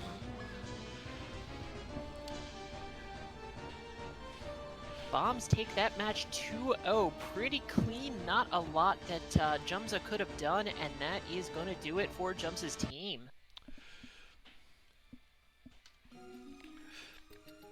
We move next to Paddy 1 versus Soul 3, Mario and the 64 Chambers versus Conga Line. But yeah, I wouldn't want it to come across as I'm complaining. I'm loving every minute of these monthly tournaments. And I plan on doing them for a whole lot longer. I believe there's two heavy explosive teams. I think it's 2 with 2 or more and like a few more with 1. Anyways, Mario and the 64 Chambers. We have Method Mario, the Mind Flare. Inspecta Peach, the Squid Larkin with Psionic Wave. This is the Dispel one. Louisa the Chemist, Basic Skill Weapon Guard, Sicken. And Ghostface Wario, the Mind Flare. On the other side, with Conga Line, we have a Dragon Spirit Attack Up Ninja. This ninja does quite a fair bit of damage, but the Angel Ring does lower it a bit. The -1 PA drops it an entire PA tier, so 22 less damage on those swings. Ups the Archer with Ultimus Bow, Item, Throw Item, and Critical Quick. Able to support from the back without getting too close, and obviously that's where the Archer wants to be. Strutting the Ochu with Bad Breath and Goo for Don't Act. And Rook the Time Mage with White Magic, Counter Flood, and Equip Armor. We'll go to Large 6. Actually, the map roll on this match pretty good. 6, 5, and 3. So not a lot of scrolling around to get to these ones. So, and this is with Paddy in this. This is Paddy's last solo team in the tourney. Is part of a dual submission as Kaffe, but this is Paddy's solo run on the line here. Yeah, Kaffe just got knocked to the losers bracket last night, so we'll be showing up in the next losers bracket round. So it'll be a minute before we see Kaffe back on stream again.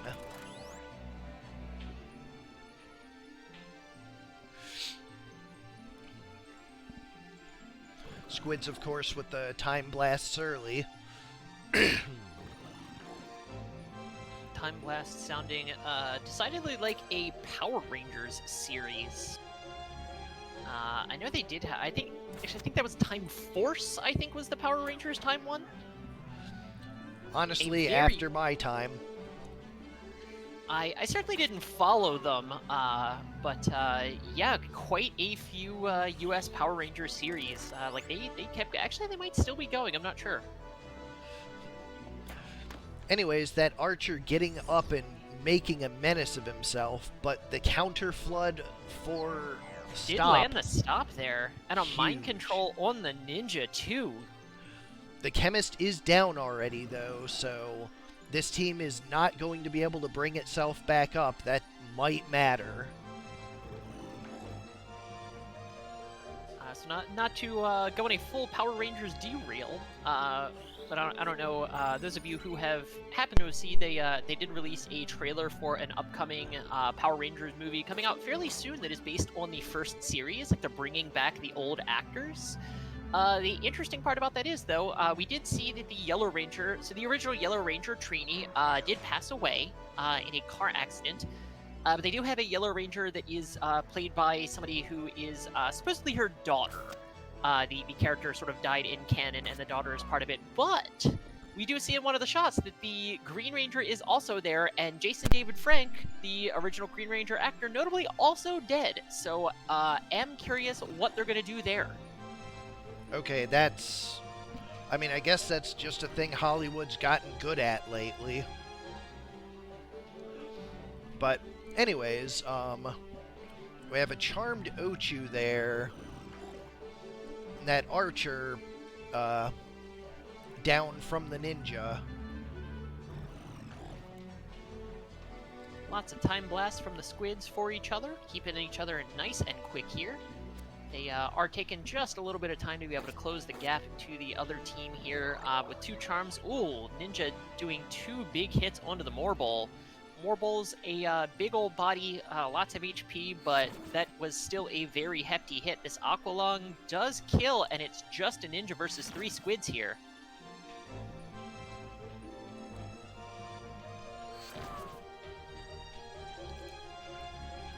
That re-raise, unfortunately, not fast enough, does not count. But we'll just let the Squid do it anyways, just to get the victory splash screen. I'm going to look into that myself, by the way, see if I can figure it out. Although I'm not super confident, as Ziffany couldn't and Nacho couldn't earlier. But we're still going to give it the old college try.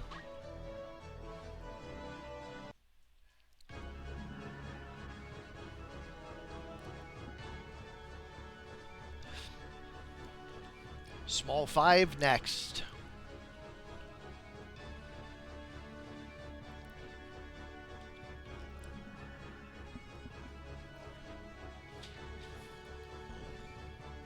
A pretty interesting map here. Fairly open, but a lot of terrain as well that can interfere with things like archer shots. Did not interfere there, got a crit and also knocked it off the edge for some fall damage. Morbol gets hasted and is wiggling nice and fast. There's a mind control on that ninja again, but it does not land this time. Aqualung, however, not a problem, is going to land and do about half its health. Right, camera moved back around. We can see the chemist did not quite die from the fall damage, but it is pretty low. 22, Defy Pain to take it out, but that's a big tempo loss. 2 stabs to the squid, pretty good damage, but it goes down to the counter flood in return. And that ninja is dead in a rough spot here. With the throw item on the archer, shouldn't be that hard. There's a bad breath coming. Just sleep, but nothing just about sleep. That is a big debilitating status.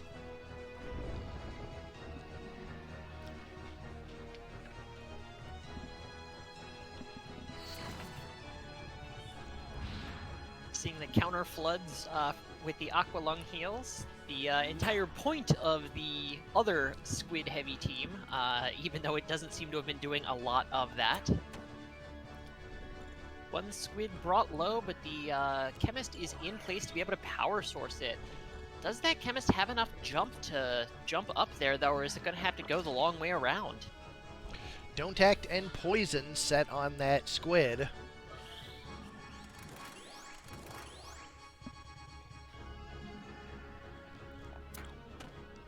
Another big hit coming down on the Chemist.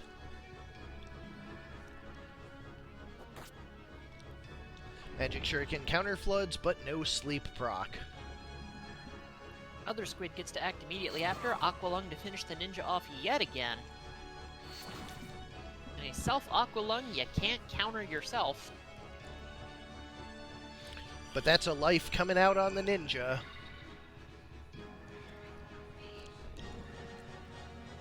Archer once again bullying the Chemist, forcing a Defy Pain. Chemist, notably the nerdiest job of the job category, so if any job needs to get bullied. Sleep Confusion and Frog, and there's no way for the team to deal with that. Going from one aquatic species to a different one. With that Mind Flare down, this is looking really good for Conga Line. Frogs notably do some weird things with the AI. The AI really does like to bully frogs since they are they take extra damage and are disabled. So sometimes frogging can kind of hinder your team because your team will start focusing on the unit they frogged when other units would be preferable to kill first. Although, fun fact, they will also prioritize the revival on the frog over other units that probably could be better served with the revival. The AI just really, really likes frogs, man. I mean, who doesn't? They are little guys, and I am a known little guy appreciator. Big fan of pandas for the same reason. They're just little guys. Nice little guard there. God damn it, it didn't work. I'm sad now. Okay, I'm going to have to go a little deeper into the status resolution procedure and asm up the fix, because that should have cured the frog.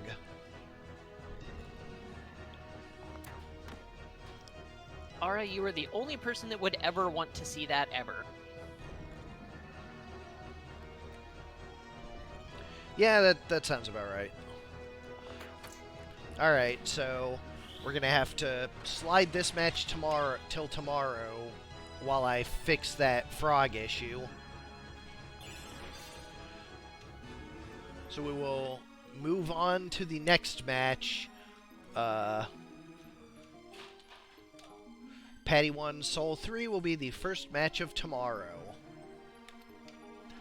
We go now to Cup vs. Sardek 2, This Team Fucks versus Return of the Backyard Barbecue.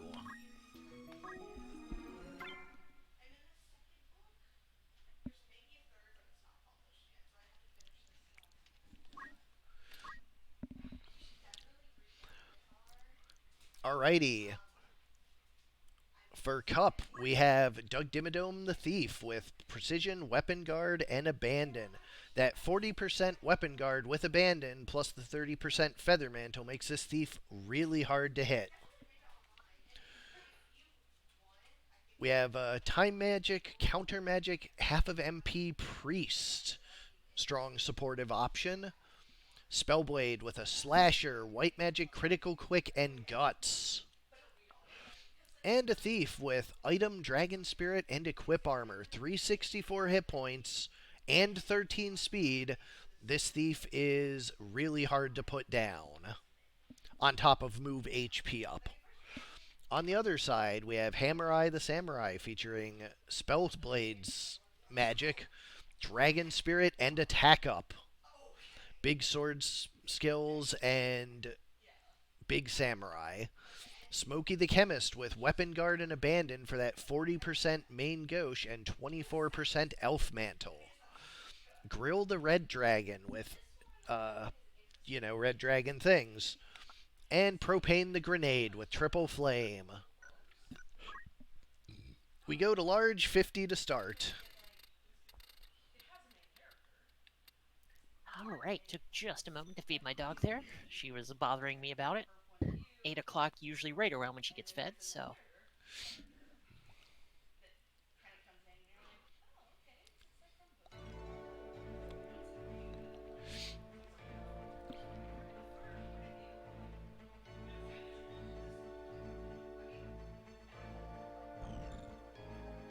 This map, very interesting, but definitely another map where having something like Fly can really work against you. Fly and Teleport putting you up over the top of the castle too early, like that, can prove detrimental.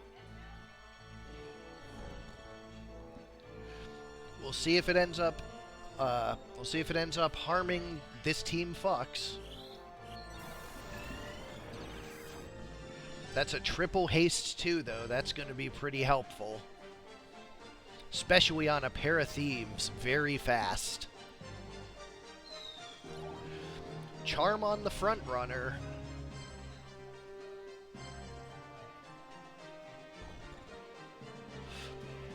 Grenade moving up onto the castle.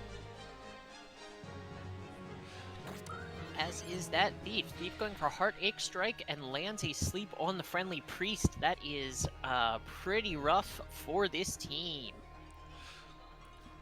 That Thief with the Steel Heart misses on my Chemist. Wakes her up with a 220 whack. Ouch. Woken up but still stuck in the kneeling pose there. Another Steel Heart. Yeah, it's not just for squids. Chemist is extremely charming down here. It's too much of a heartthrob for Cup's team.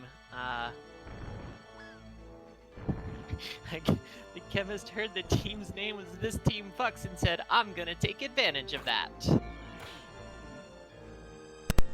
Night Sword For on the the thief thief up there.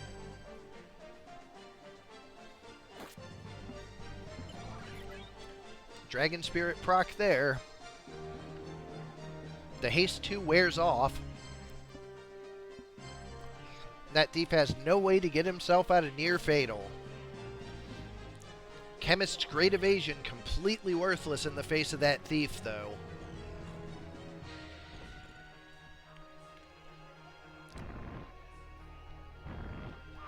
Triple flame over the side of the castle there, and it does hit the thief.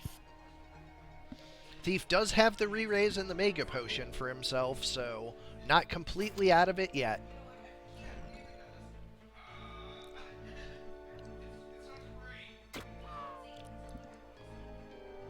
That thief goes down fast, though. Another friendly Night Sword. This Spellblade really the MVP for the opponent's team here. Taking another Mega Potion out of that thief instead of a Phoenix down that you'd rather have. Triple Flame with a pair of Guts into a critical quick. Re-raise on self. This says it's not over just yet.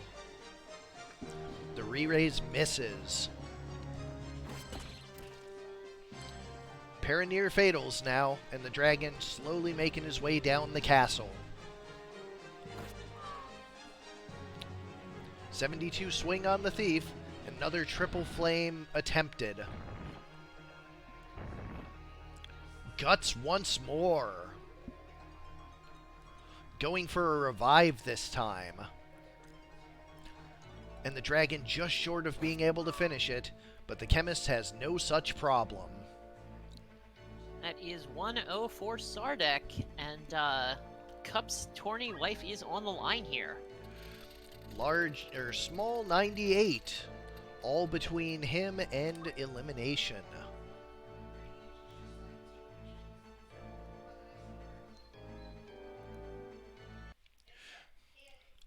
Yeah, critical quick, HP restore, and Meatbone Slash all very good friends with guts. And it creates a lot of exciting moments too, so I'm pretty happy with the way it's turned out. Doesn't feel overpowered, but when it happens, it's a big stream moment, which is just what you want.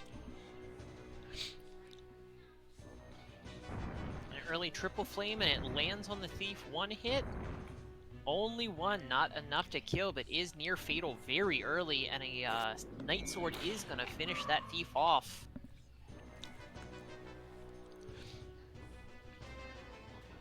Life coming out nice and early from the Spellblade. Double haste.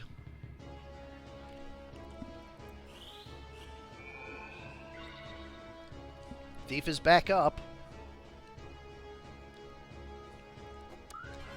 Heartache Strike misses.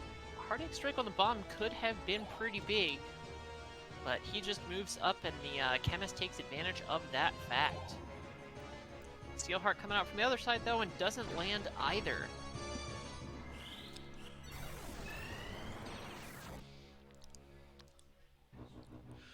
But that's a clump for that triple flame.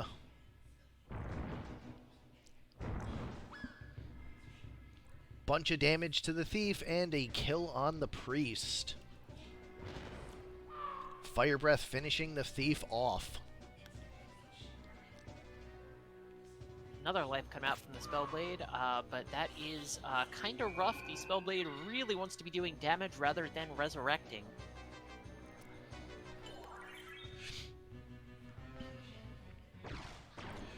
Priest goes way up top to charge Less Interrupted her revival. Just a stab onto the dragon, not going to do nearly enough. And a triple flame up top, going to try and take the Priest out. And it does. It does. Priest is dead in a rough spot, but that's not really going to matter. Cup's team is just not going to be able to overcome this kind of disadvantage. Jump is something that I need to do some work on,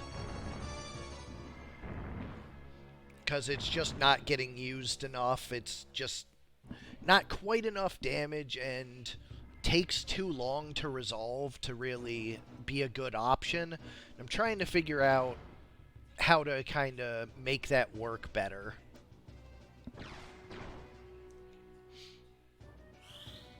Notably, the AI also does not really know how to use jump super well, and that's not even counting when it totally screws up jump calculations because of things like haste.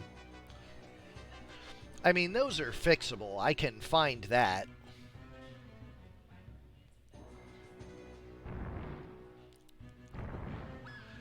Priest goes down.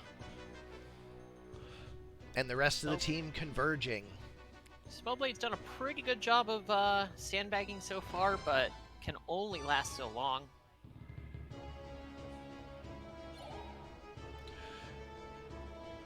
Not charmed out of the res loop quite yet.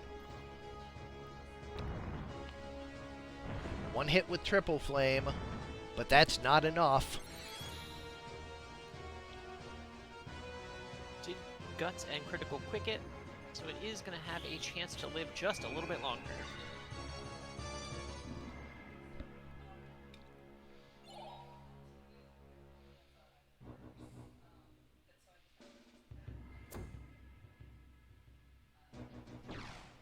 Guards the dash from the dragon, so the Priest goes up top again and is going to be able to heal. And Cup's team really doing an impressive job of lasting. That Spellblade is down to 6 MP, so is just about out of options here. But the grenade not able to convert it this time. So the Priest is going to have some time to get revives out as well. Or at least flash heals. Or hastes, I guess. Never mind. They're just checked, with only 6 MP, the Spellblade is not able to use any of its abilities. And with 0 HP, even more true. The third team voted out of Survivor Evilise is this team fucks. 2-0 Backyard Barbecue.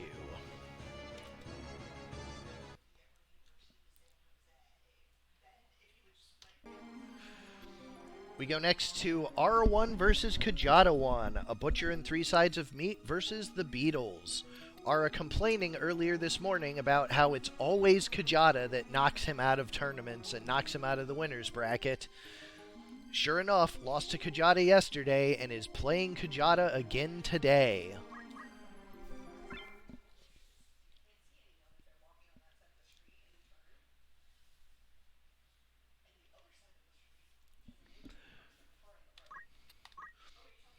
So we go to Ara's A Butcher and 3 Sides of Meat, featuring a Butcher, the Bloodstalker, with Blood Ritual and Everyone's Grudge. Beef the King Behemoth. Impossible Taiju with the Spirit of Life. And Soylent the Archer with E2 for defense and Small Mantle to strengthen that Lava Bolt with item, counter, and throw item. On the other side, we have Squire. They're the Beatles. Item and throw item HP restore on Lennon with a Gastrophytus. Paul with a Lava Bolt and a Small Mantle. Sing Regenerator and defense up. George Harrison with the Excalibur with Sword Magic, Critical Quick, and Attack up.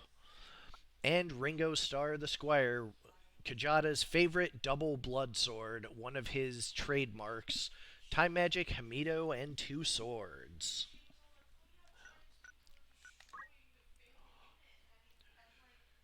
Large map 82.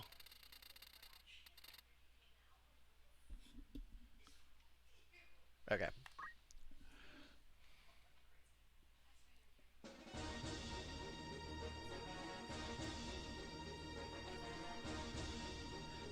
Yeah, set that record straight, Kjata.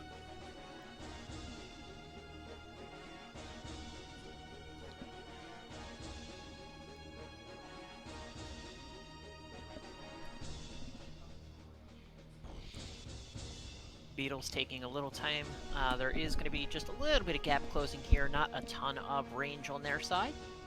A pair of them have bows, so they're no slouches in the range category.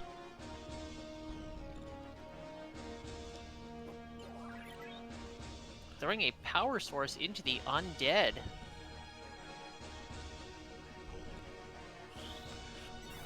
Haste 2 comes out. 3 of them take it. Battle Song following up, just for 1. 156 Gastrophytus, 180 Lava Bolt, and that is a near fatal Tonberry.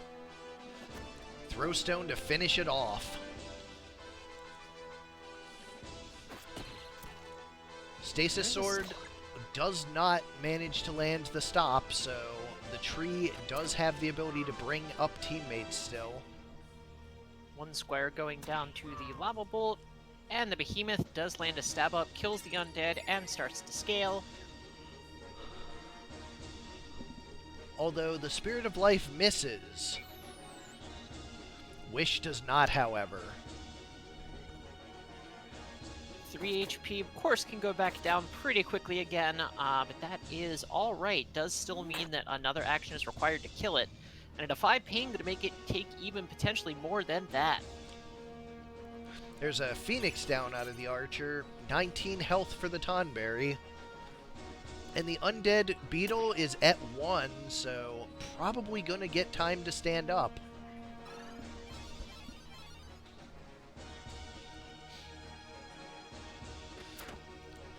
180 back to near fatal with that Tonberry. The other Squire moves up to attempt to finish it off and does so. Does guts one of the stabs, but not the other. Tonberry ticks down immediately after that to 2, but is raised back up yet again and killed yet again. Archer being attacked by the blood swords.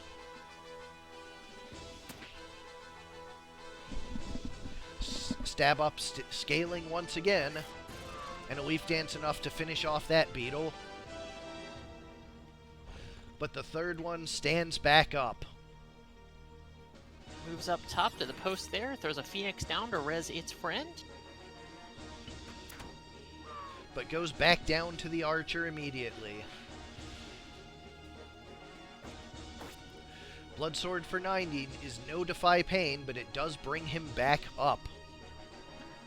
104 is still very killable. This Omegast I don't think will kill. Doesn't even hit that one. Hits the other for 90, but that's not enough. Spirit of Life is going to bring the Tonberry back up yet again. Tonberry up and down constantly, but goes back down yet again. And here is a Nameless. Only lands a single region, though. Fighting over that Tonberry once more.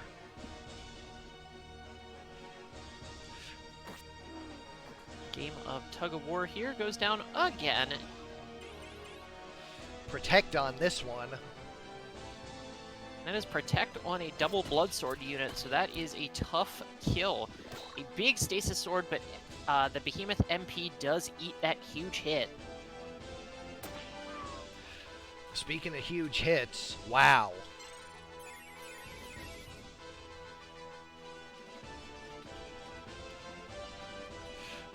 That's going to be a huge everyone's grudge. That'll take out the singer. Alright, if you wanted it to meat bone more, you did only give it 60 Brave. You gave 70 Brave to 2 of the other units, so that was a choice that you made to make it meat bone just a little bit less. You did this. You did this to yourself. Once again, Spirit of Life does land, and Tonberry gets a chance, and Chef's Knife. But no dead proc here. But 120 enough to finish it, and that one stands up just a little too slowly. Game 1 goes to the Butcher and 3 sides of meat. Although, you know, just for fun, we'll let it get its well-earned victory.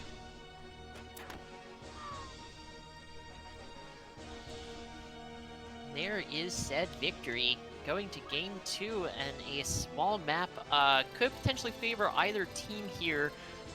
Does mean that the Squires get to start their stuff just a little bit earlier, but also means that they do not get a chance to sing and get any kind of appreciable buffs out of it.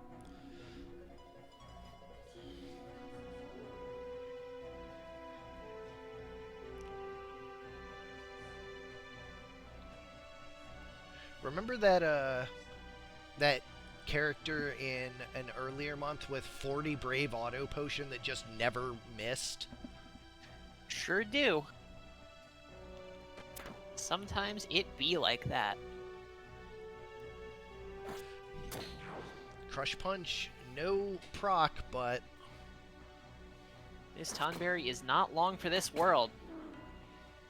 Does not guts the second hit.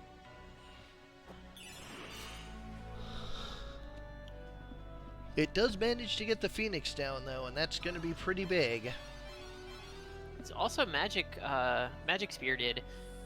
Notably, where it died did mean that the Behemoth could not move up and start doing anything. Wasn't damaged, so it couldn't use its range skills yet either. Nice MP switch there, though. Crush Punch misses, though. Behemoth has taken a lot of punishment. Oh, and it dodges one of the hits. This Behemoth having really good luck here.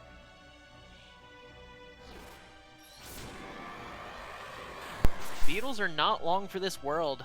A little bit of a meme team, of course, but has had a pretty decent run so far. Much better than... When you think of a 4-Squire team, you don't necessarily think of it doing super well, but damn if it hasn't made a really good showing.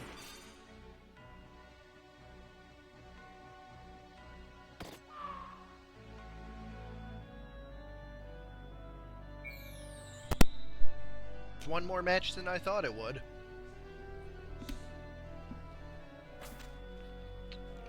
definitely had a Kjata and I have had a lot of fun so far this month, just experimenting with 4 of the same job teams. It's an interesting experiment, and it really makes you kind of scrape for ways to it makes you look at a lot of extra things you might not otherwise look at because you are so limited in options. Definitely the case.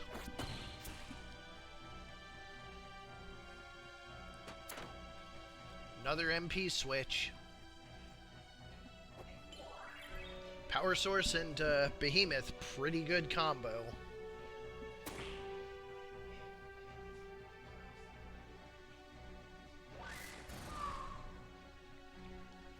Squire's doing their best to sandbag, but not gonna last too much longer here. Just one of them left.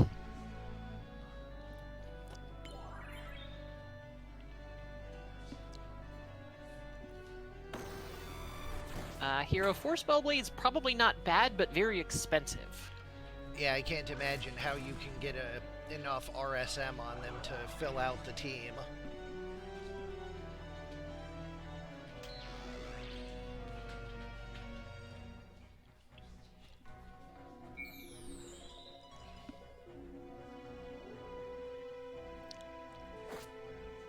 Four ninjas, notably though, also pretty expensive. Though ninjas, having the advantage of just that innate 2 swords. 2 swords is really good, believe it or not. So they can sometimes work with suboptimal RSMs just by virtue of the strength of it. There it is. Ara takes it 2-0, and the Beatles are eliminated.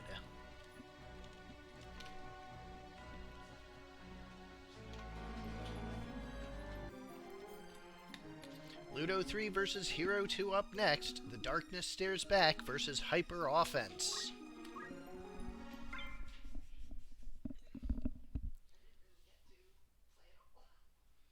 Are having... You know that meme about that person like spraying champagne in their face and biting their medal and being like on the 3rd place podium? Just wondering. Anyways, for Ludo versus Hero, we have for the Darkness Strikes Back, Octopus.Servant the Ninja, pair of ninja edges with a Dracula mantle. That's to go with the Blood Ritual from the Bloodstalker as a healing move. MP Switch and Guts as well. Testic the Geomancer with an E2 for defensive. And Dracula Mantle again, same reason. Weapon Guard on the Nagra Rock, Defense Up, and White Magic on this one. Bloodstalker with the Blood Ritual.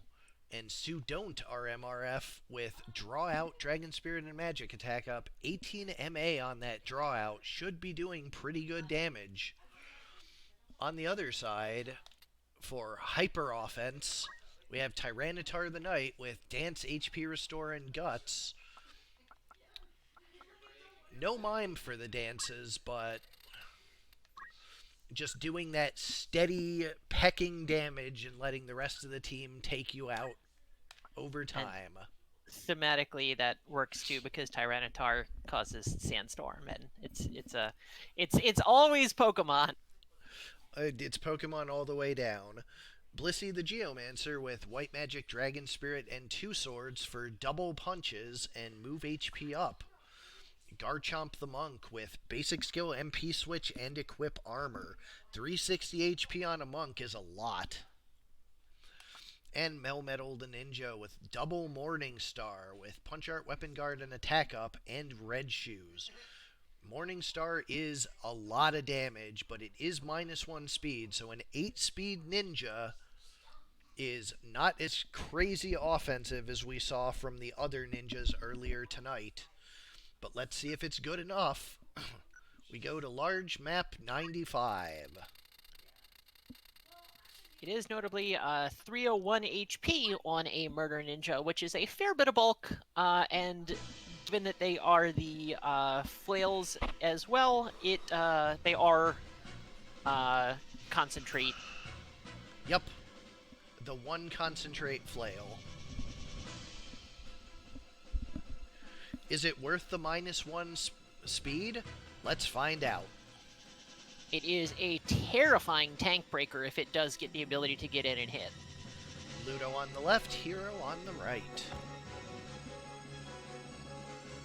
Early Earth Slash is guarded, so no first blood there.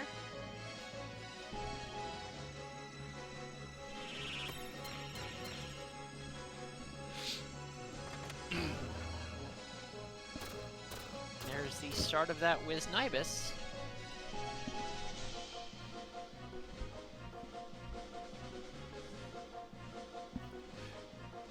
Ninja moving up, not close enough to get its attacks in the first wave of actions, and does die for it. Unfortunately, the speed just not working out in its favor. Shell Bust Stab is going to break the Armor. Armor, yes. I always forget which ones are which. I know Hellcry is the weapon. The other ones was kind of like Yeah, Shell Bust. I just think of Shell as armor. And I just know Ice Wolf is accessory, which leaves Blastar for hat.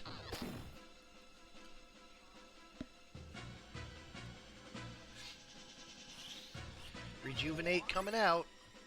Thanks.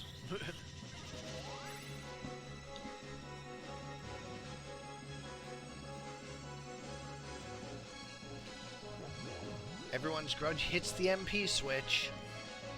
Luckily enough, 222 would have been enough to finish Garchomp off. And the Spin Fist takes out the Tonberry.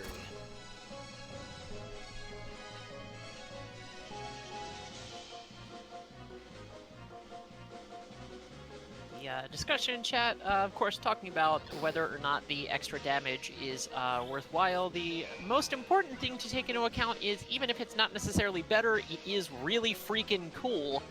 And sometimes that's worth it.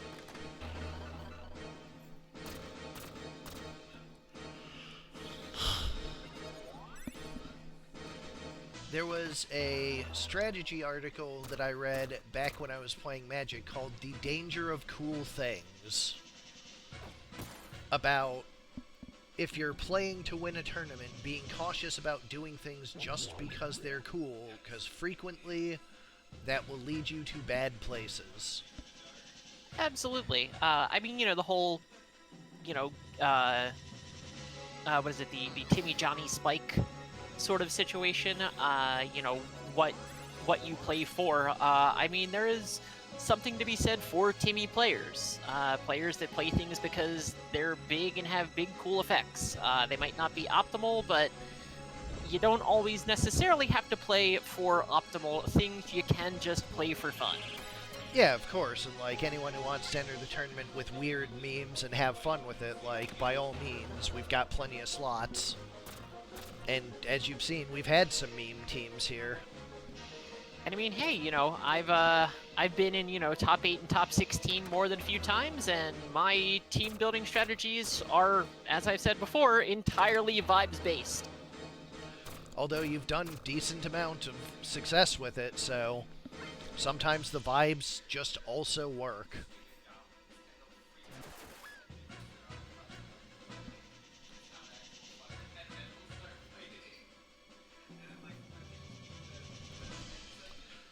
Game 1 goes to Ludo. Go to small map 14 next. Also, I'm pretty sure you're just making up Dave, because I've never heard of that, and I read everything Rosewater writes.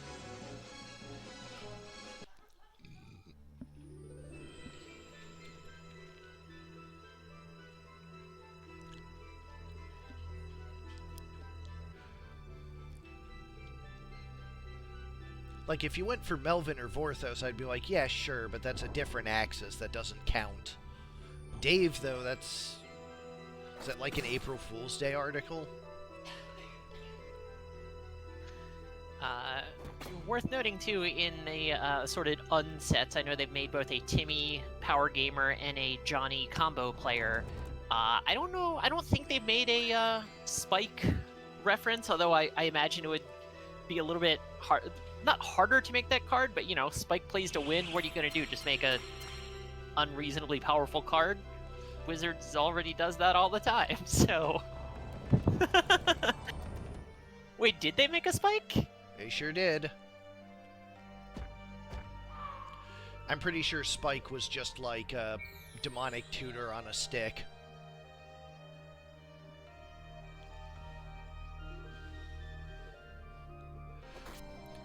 Yagyu Darkness to heal.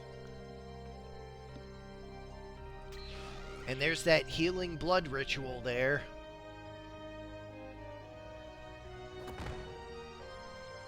Oh wow, that's a very cool effect, and a good way to fulfill the Spike philosophy without just being a really busted card. I mean, that's really strong, of course it is, but like it feels thematically appropriate. Big heal on herself and 2 enemy team members. Not exactly where you want to be on Ludo's side of the field. Shuriken is guarded from one ninja to the other, so Berserk Ninja is going to be able to get yet another action here, and that'll do it. 432, way more than enough. But hey, overkill, it's either enough kill or not enough kill. Overkill is, Overkill is still kill.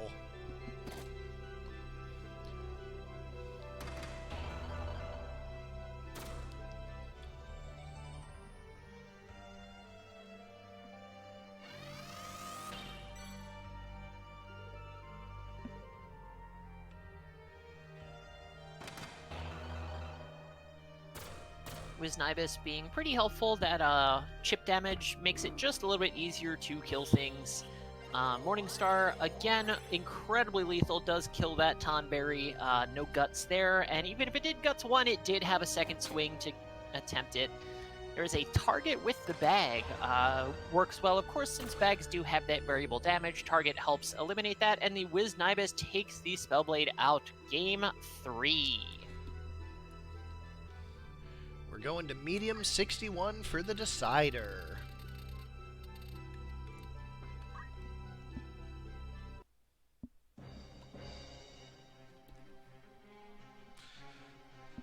Both of these two pretty traditionally strong members of our squad, so we'll see which one of them emerges on top.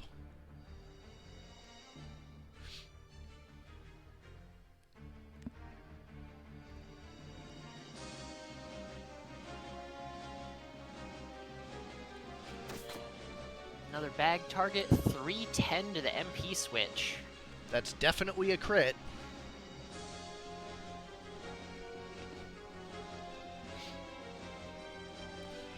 Masa coming out, just double regen.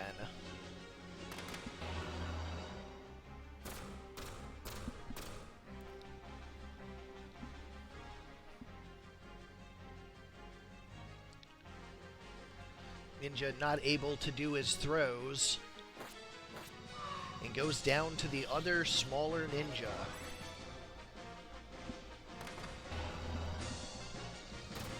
Wiznibus getting some more chip damage in, nobody too low just yet.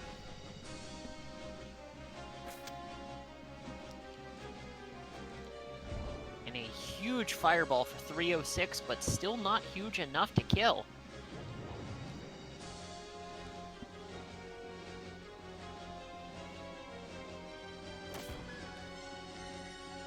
Earth Slash takes that ninja out no problem. Not a super bulky ninja.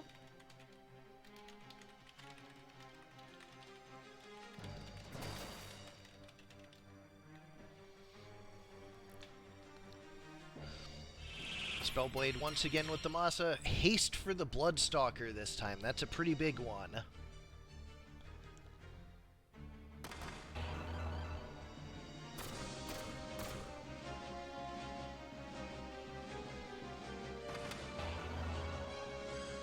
Yes, Simmon, the 3 sort of archetypes. Timmy plays for, they play cards with, you know, big numbers and big cool effects. Johnny goes for big combos that are not necessarily optimal, but feel pretty cool to pull off. And Spike plays to win, regardless of what the winning strategy is or whatever the meta is. They just play whatever's good. Although, if you zoom it out to other games, generally it's explained as Spike plays to prove something, Johnny plays to express himself, and Timmy plays to experience something. A very good way of looking at it.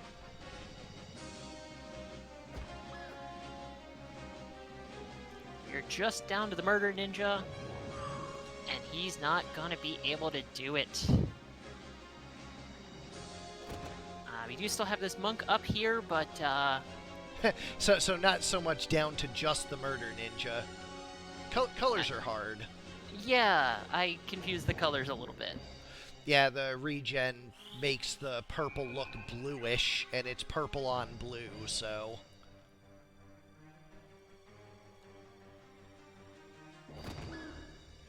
And Spinfist actually doing a lot of work here. Spinfist being extended out to a 2 AoE instead of 1 is just so huge for these monks.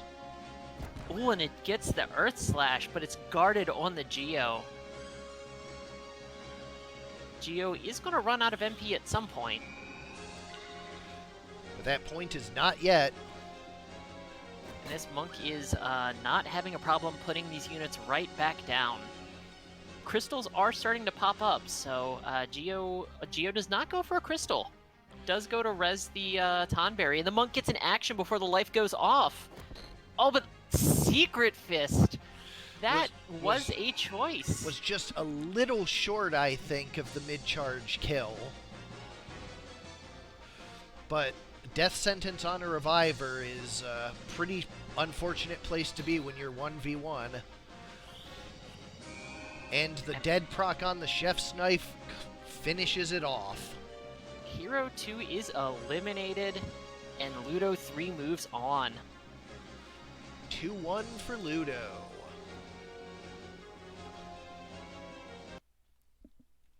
I know that Secret Fist is objectively good sometimes. I firmly believe that Secret Fist is a trap 100% of the time. I know that's wrong, that's just what I believe. I will never run Death Sentence on a team.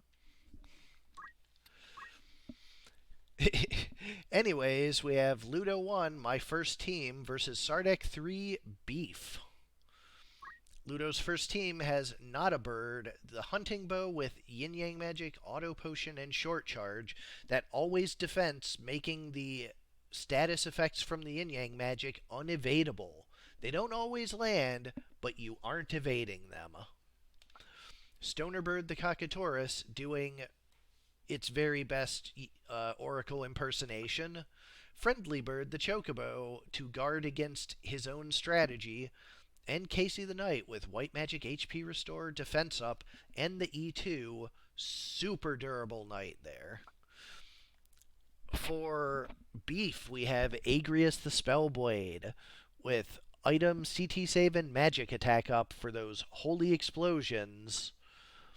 Trent with Blessing of Nature, Hammer Time the Master Tonberry with the Shadow Stitch, and Gideon the Monk with basic skill, counter throw, and equip armor. We'll go to large, 54 to start.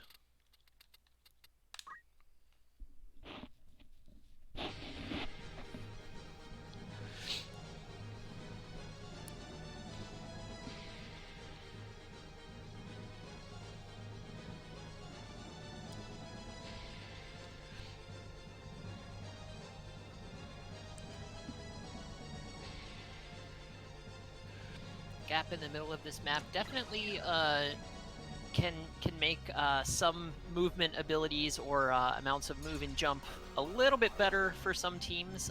Sometimes crossing it is a very good thing. Sometimes crossing it not so good. You do get put in the middle of the enemy team here. But at the same time, having to go all the way around to do things, also a little rough. An early Holy Explosion, good damage to both. Did not look like we got a Confusion proc, however. I don't believe Confusion is still attached to that. Oh yeah, I do, that's right, you did take that off. It just does so much damage.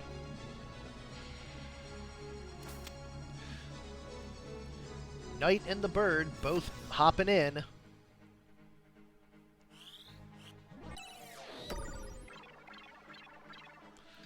Speaking of confusion procs, there are 2 of them. Attempts to revive the unit who doesn't need it. Naturally. Wind Strike on the Tonberry.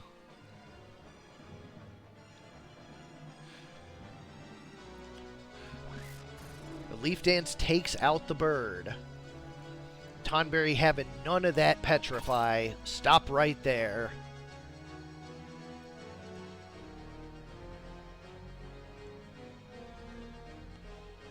Holy Explosion in spite of the confusion. Again, good damage to both. Big numbers coming out from it. And the Chocobo just kind of hanging out on the other side of the gap. Not willing to move over just yet. Wind Strike not damage split, so the bird's still pretty healthy.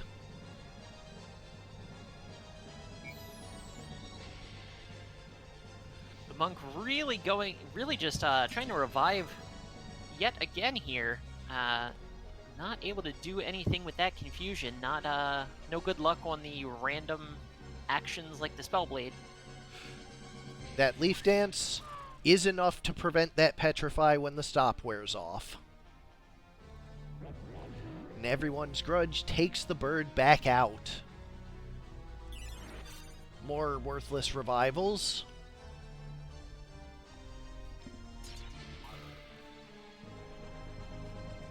Chocobo bulking itself up for no particular reason. Monk does get an action there that time. 105, a little bit of a punch to the Knight, not a ton.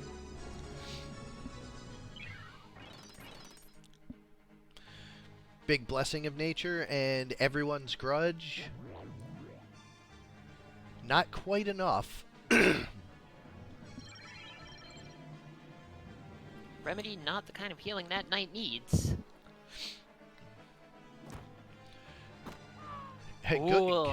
Goodbye, Gideon.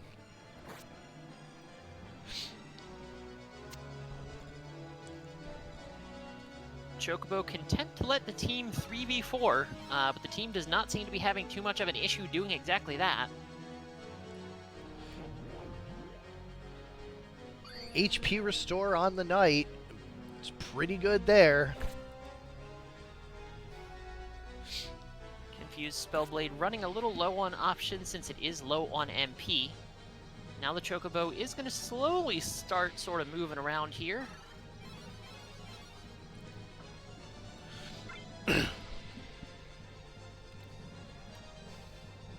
And there's an everyone's grudge for 71 to break the confusion.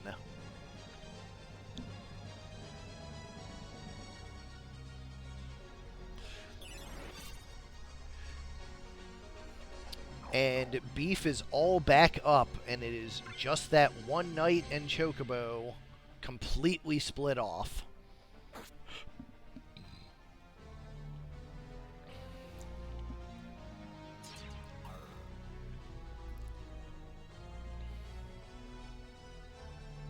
It's one of the matches where the yellow Chocobo AI not working out so well. Everyone's grudge misses.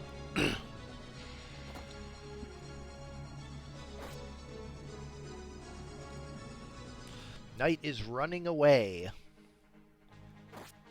Trying to get back in range of its buddy. Chocobo still not opting to do anything, just moving one square twice in a row. HP restore goes off once more. That Knight is immune to stop. It is not immune to fists, however. Not a whole lot is, really.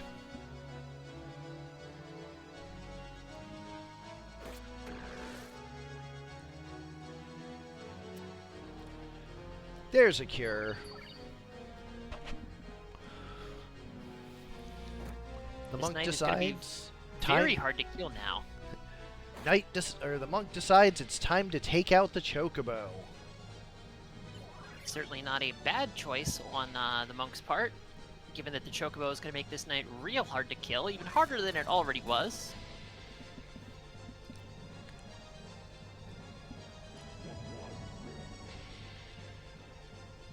Chocobo notably also immune to stop, so the Tonberry unable to use its strongest asset as the Master Tonberry does not have access to the Blood Ritual for that big damage.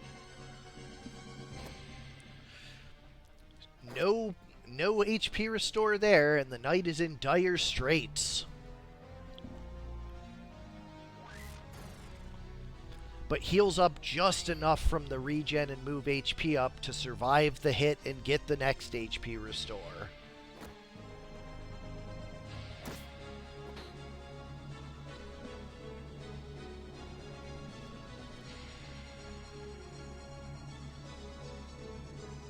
No crystals up the hill, so not going to be able to get any MP to go for any potential other skills. The knight does have life and full life, as well as some breaks, but not able to use them with only 8 MP left.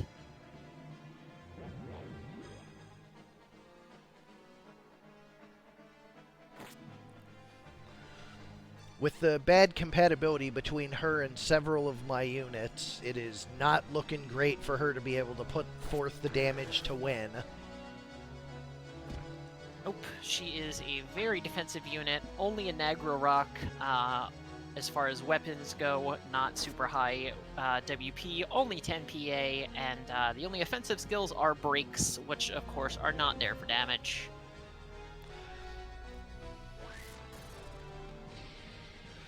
Alright, another missed HP restore. This might be the moment. Sure is. Beef takes game 1.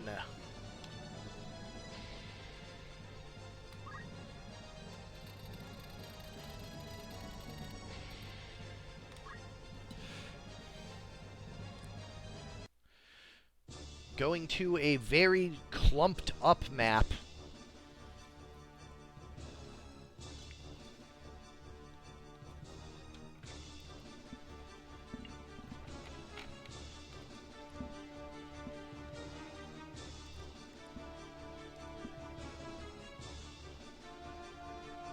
Bird goes for the Petrify right out of the gate, but misses. That could have been pretty big, but unfortunately now the bird is in a rough spot. But that's a huge confuse too. Only on 2, but still on 2, but a Stigma Magic pulls it right off. The starting formation works out in the monk's favor. And that's a pretty big holy explosion. Oh no. Hitting 3 of the units. The bridge really not working in Ludo's favor here.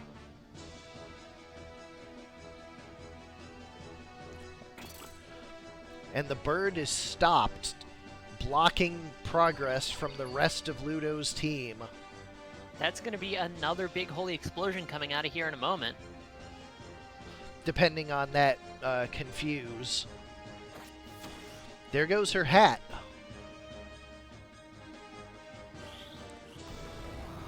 That's not a confuse. That's a frog.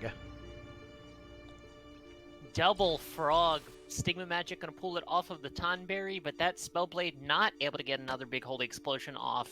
She is going to lose her action there functionally. She does get a 6 damage bonk to the bird. Chef's Knife finishes the bird off.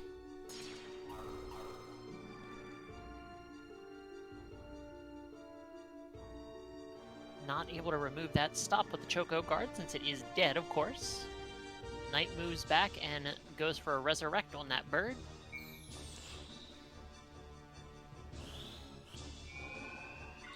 Frog is cured. Oh, wish.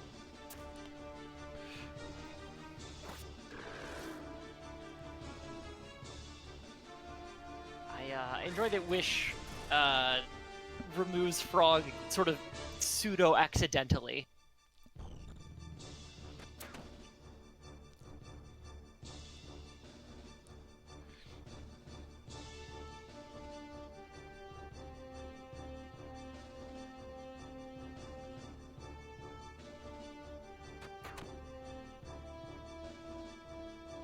shot to the Spellblade, but a CT save's been having very good luck with the CT saves here. Can't CT save when you're dead, though.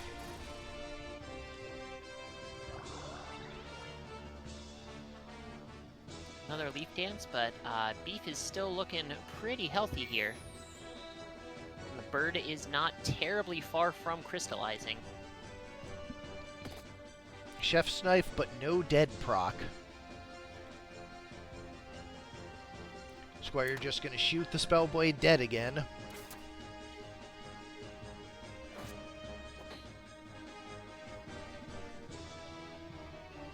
Counter throw is guarded there. Chocobo just moving up and taking up some space on the bridge. Just being a nuisance. This, by the way, is why the monk has Wish, because sometimes revive just sucks. And it is a fairly cheap skill, so not a huge deal, not really stopping the monk from learning anything else, so...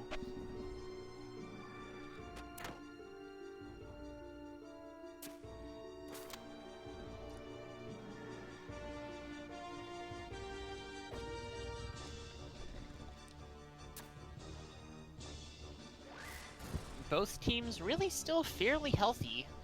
Ludo's team doing its best to weather all of the offense that Beef can muster. Chocogard a good step in weathering that. That's a lot of protection.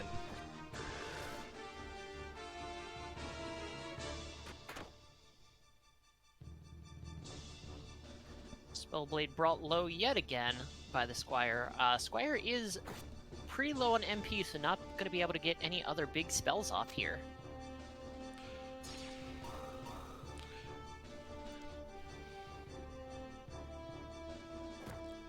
Monk just running down the mountain at that night.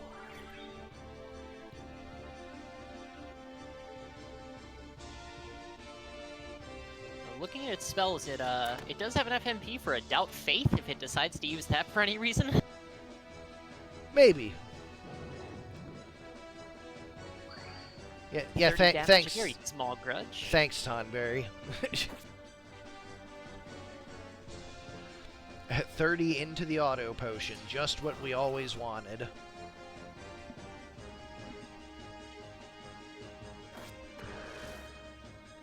Holy Explosion triggers the HP restore.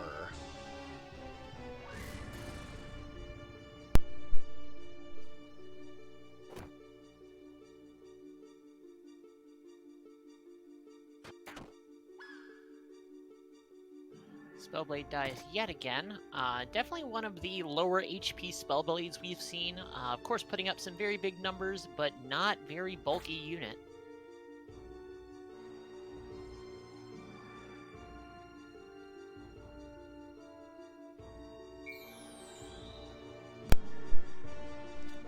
Wish into Power Source, and she's back up once more.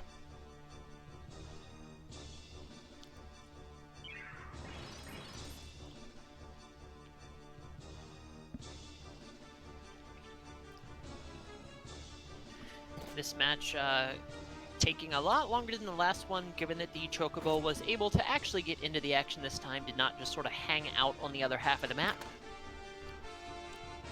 Although that said, the Tonberry fishing for dead procs up there, gonna land one eventually.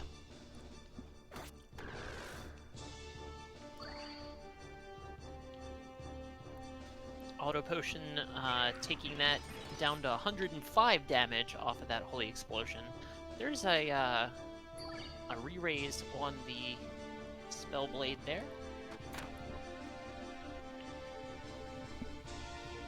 Considering how many times the Spellblade has died so far this game, not a bad choice. Tonberry's starting to take enough damage to shift into everyone's grudge.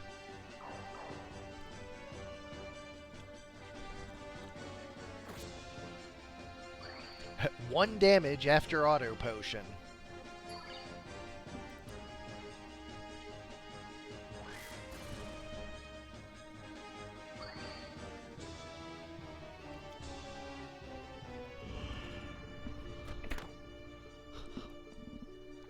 I think that weathering those oracle spells from the Squire are pretty much what determined this round.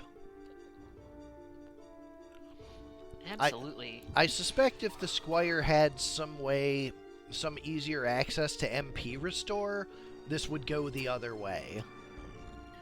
But being able to stigma off the double confusion immediately, as well as remove the frogs shortly thereafter, depleting his MP pretty much entirely, that made a big difference.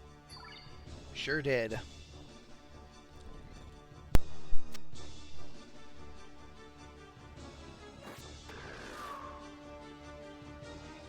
Squire goes down to a holy explosion.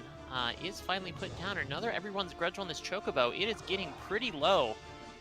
Beef is slowly winning this war of attrition.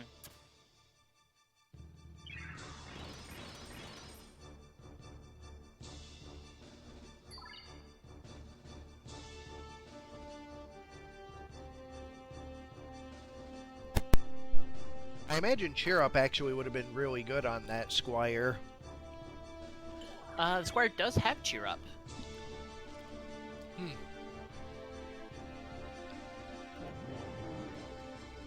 Unfortunate. That is a second unit down, so it is back to just this knight again.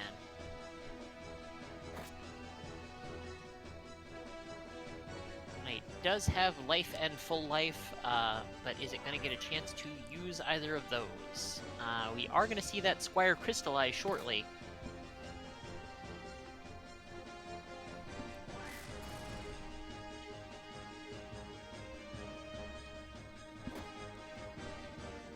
$95 hit points. Just The monk did body block from the potential of getting that crystal too. Not that the CTs are working out well for that.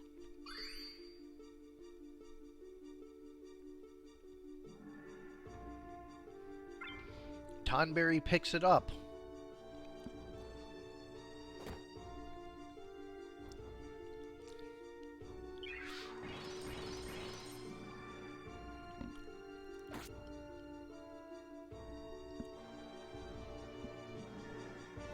The knight making a run for it, away from the only other crystal. Not that the crystal is really going to save it too much, it just does not have the offense to take this team down.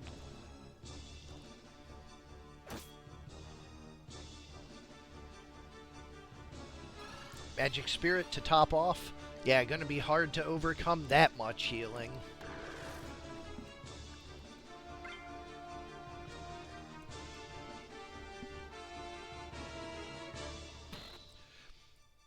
That would have been a dead proc.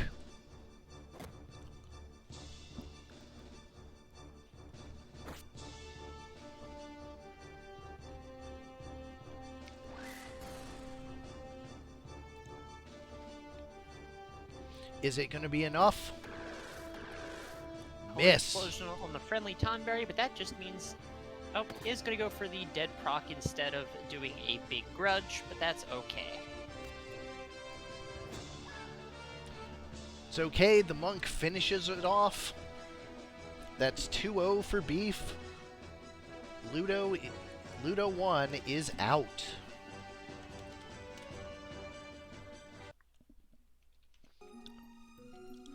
We have Simmon 1 versus Fig 2 up next. Kalpasapa versus Cowabunga. Two reasonably similar words.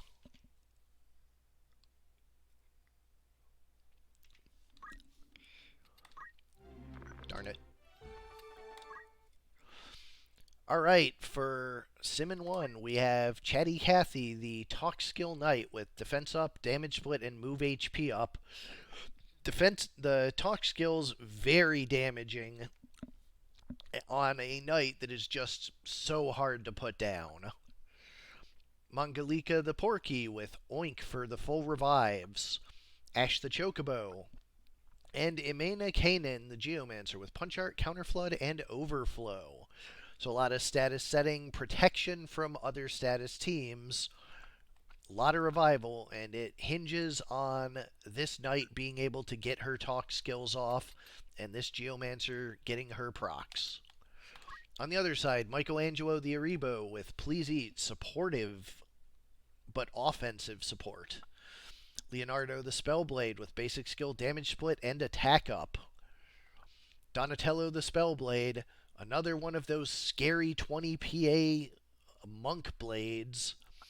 And April the Chemist with Steel, Dragon Spirit, and Guts. Go to large, 45 to start.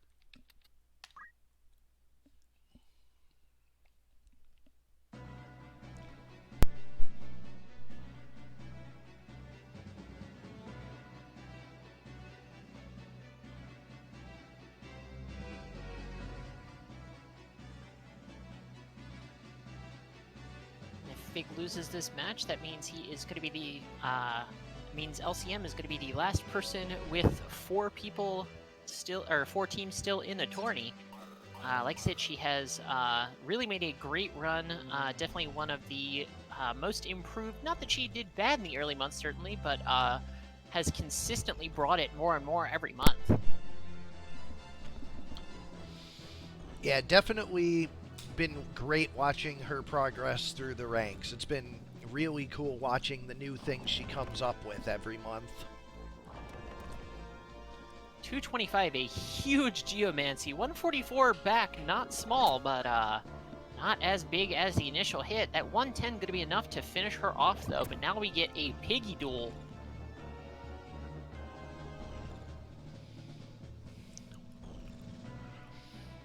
Death sentence being being talked or spoken, whatever. You're already dead. Didn't work.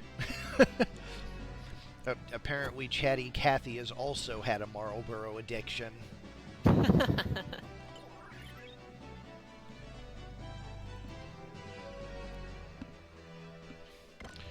Please eat for the Spellblade, and it lands.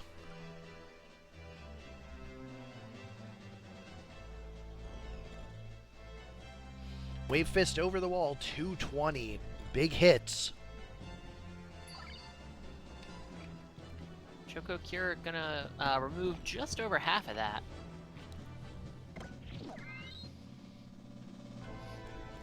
Please eat for the other Spellblade. Leo and Donnie both ready. One Spellblade refuses to listen to the death sentence, and the other lightning stabs, but not nearly enough to kill that knight just yet. We'll see how the monk does. 143 Wave Fist. With Protect wearing off now, that knight is going to be much easier to take down, but she guards the lightning stab. Near fatal for the Chocobo, though.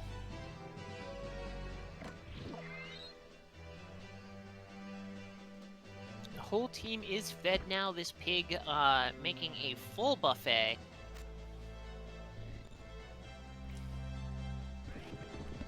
Death Sentence misses once more.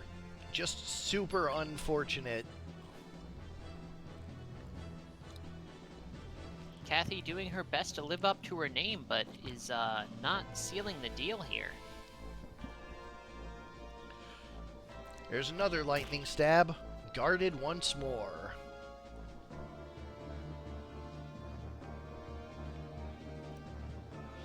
Power source to keep the Spellblade spellblading.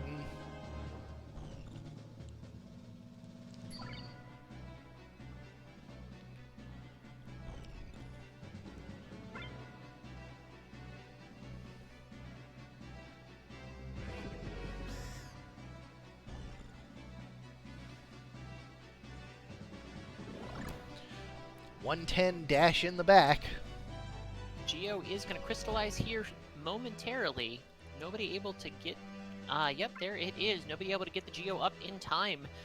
Spellblade does pick up the crystal. Not that it needed it, but it does prevent anybody else from getting it. 143, a good lightning stab, but half of that reflected back to it. At Earth Slash, once again taking the Chocobo near fatal. 300, hard to get an Earth Slash too much bigger than that. That is just a ton of damage. But a Choco Guard not gonna save it. against a monster, I'm not entirely sure you can get it bigger than 300. Because there's no best compatibility with monsters, and, like, doing 300 on neutral? Is that even possible? What's Aquarius?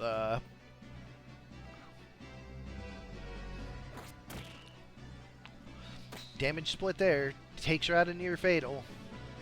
Yup, Ares and Aquarius are in fact neutral.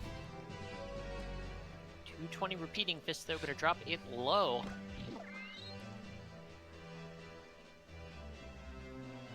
It does seem like it is only a matter of time here. Chocobo and Knight both proving pretty tough to take down, but they not really having a lot of... Wow, another miss on that death sentence. Really bad luck here. Hopefully this team uses all of its bad luck on this map and has a better set of rolls on the next one, because I don't think any good rolls are going to fix this.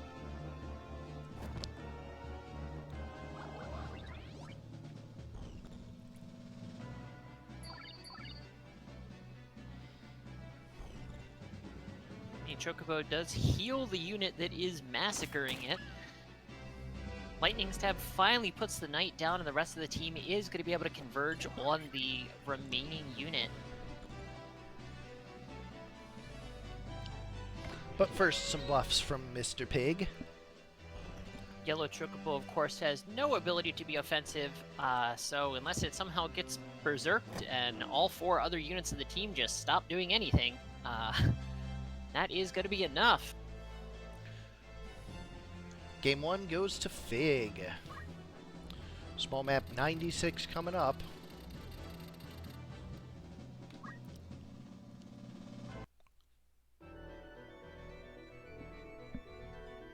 Simmon does still have one other team in the tourney, so is not totally going to be out after this, but is going to be down to one team if Kalpasapa does not take this match. Monster Mash, if I recall correctly, is still in the winner's bracket even. Sure is.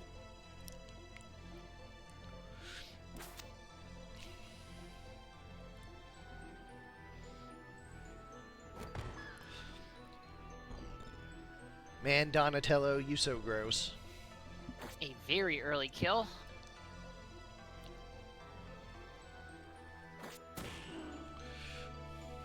Piggy goes down as well, and not looking like Simmon 1 is going to be able to make it out of this match. It is down to just the Chocobo and the Knight yet again.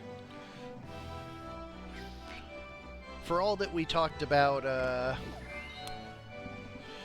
for all that we talked earlier about defensive teams and how strong they are and how hard it is to make those matches end, we've seen multiple times tonight what the offensive teams can accomplish. Just some absolutely brutal takedowns. Chocobo down incredibly fast as well. Small map not working in their favor. Finally a death sentence does land, but that is far too little, far too late. A bag whack just to insult the Knight.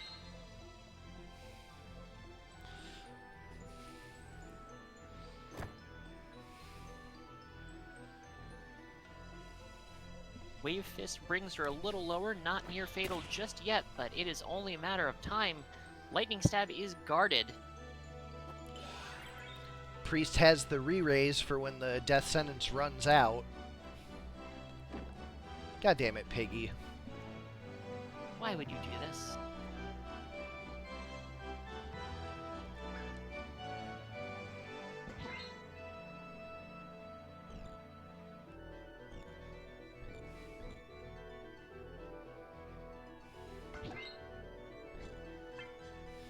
Charm is, of course, an entirely viable strategy to have on your teams, but dang if it doesn't slow down matches just a little bit sometimes.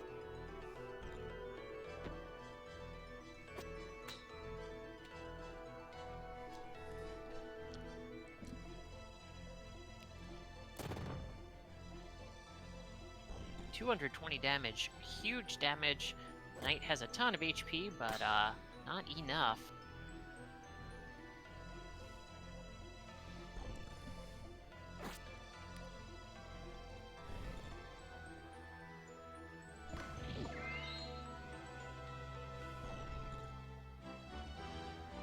Kjata trying to make things better for everybody there.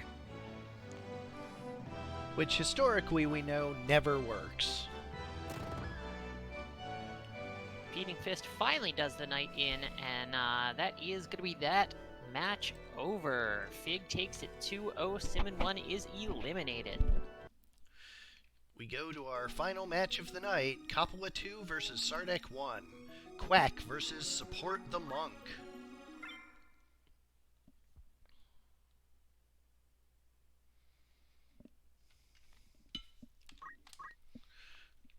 For Quack, we have Isis the Geomancer with item counterflood and magic attack up.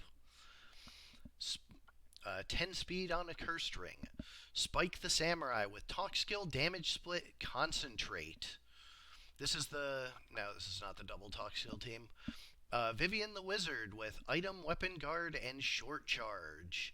No faith on this wizard. Just doing her damage, still enough without it. And Duck the Time Mage with white magic, half of MP, and move MP up. On the other side, pure support the Aribo with Please Eat, defensive support the Knight with HP Restore, Guts, and Punch Art, offensive support the Chemist with Elemental, Auto Potion, and Overflow, and Brings the Pain Spellblade. It's one of the Donatellos. Punch Art, Weapon Guard, Martial Arts, 20 PA. We'll go to large, 78 to start.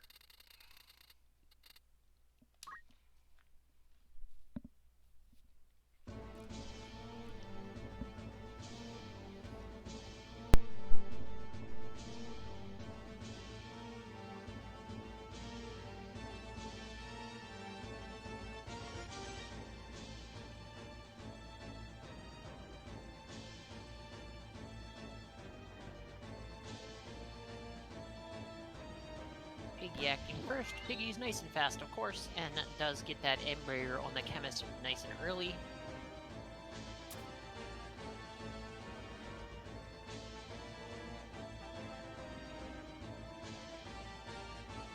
AI, of course, not really caring about the Poison Swamp. Of course, that we have seen plenty of times where it will poison itself in the swamp and then waste a turn removing that poison. It's a computer, it doesn't know how swamps work.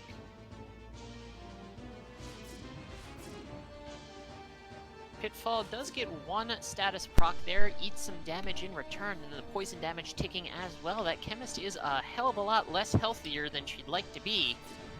Another Pitfall coming right after that, going to bring her pretty low. Auto Potion undoes some of that damage, however. She is still not super long for this world without some healing. The Hellcry Punch on the Samurai going to break its weapon very early. 15 damage, split not a lot, and this Samurai is still putting out good punches. 115, a far cry from what its Katana would have done, though.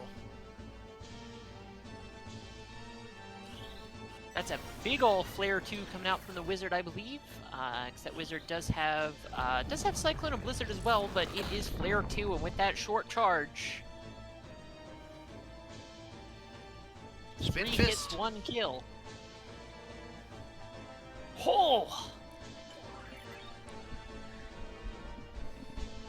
Nice guard on the Wizard, though, keeping it up.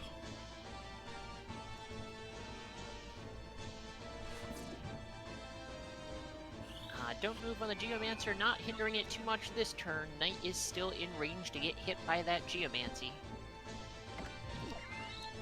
Please eat for the Chemist. Wizard going for another spell. Which one is this?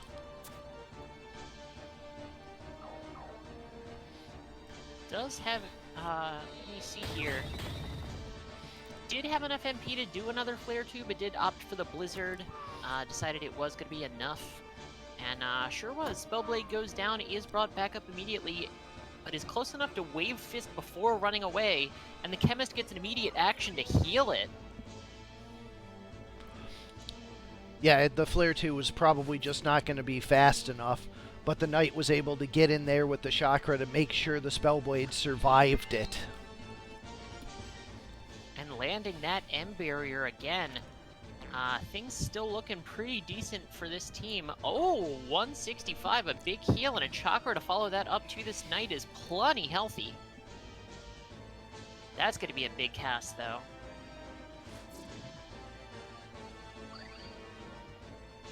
Pitfall does get auto potioned, but this follow-up cast of Blizzard might be enough.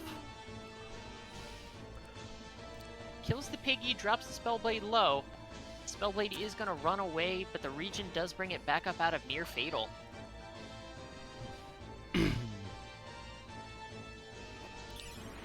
Phoenix down for the Pig. Straight dash before running off.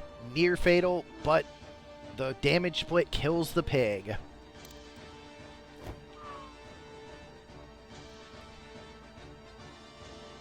Sardek's team looking pretty good here. Hellcry Punch breaking a weapon. Geomancer is still going to be able to put out some damage, but... Ooh, Double stop is huge, especially with a Blizzard coming out. There goes the Spellblade, and a slow on the Chemist as well. There goes the Wizard Rod. That's 2 MA gone.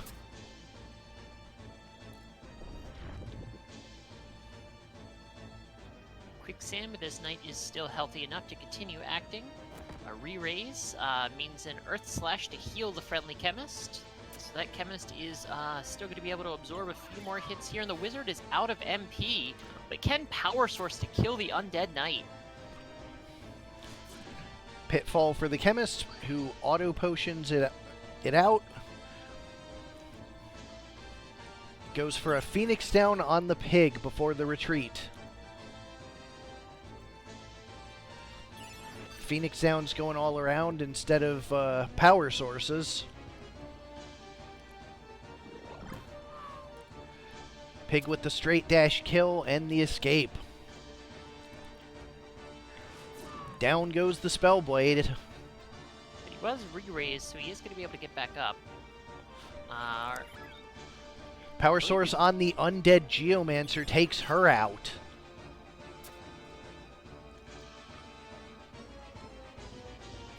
And no, actually, the Spellblade does not have re-raise.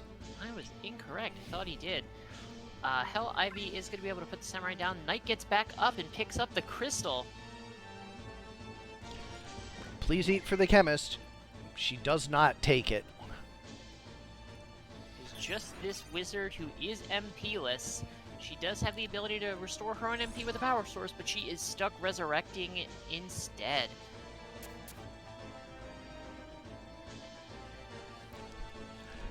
Please eat for the Chemist once more.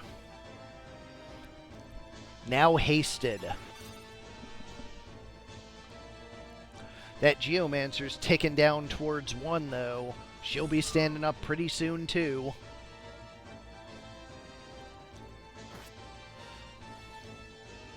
But will it be soon enough? Spellblade brought back up.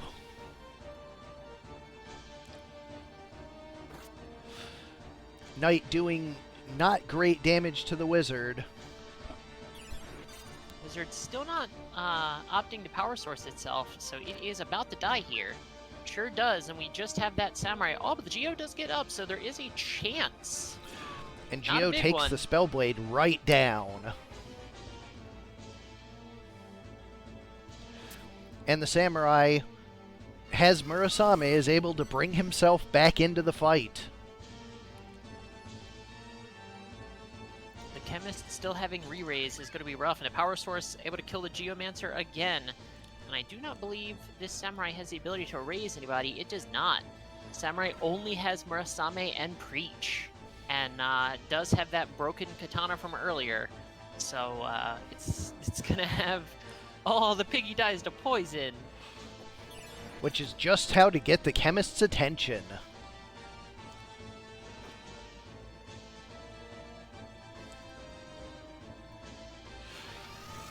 Murasame is a self-heal, but also damages that undead Knight. Power source for the piggy.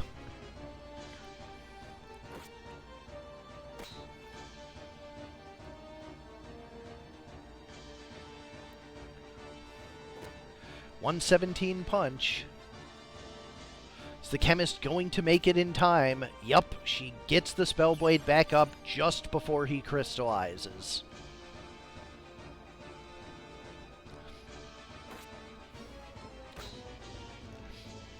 Damage split for 30. Geo back up.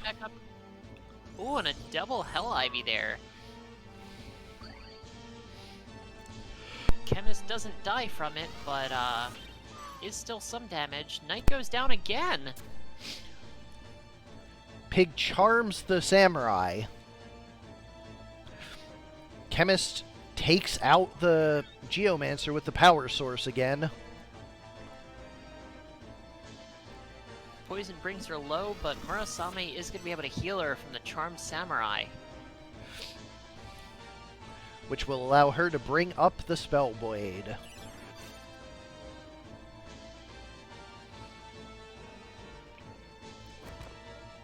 Who helpfully heals her as well. Samurai snags the crystal.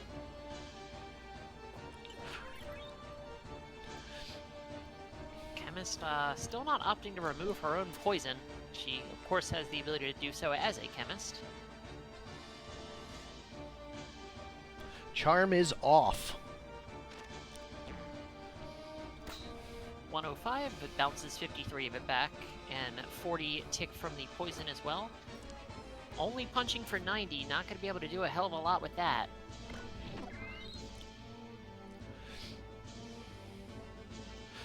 Region does get the poison off. A big wave fist. That samurai is very low here.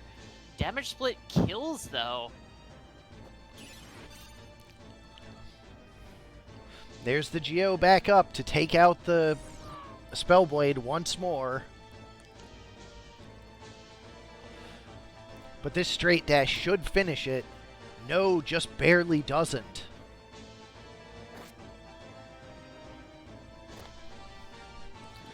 HP restore for the pig, that's pretty big.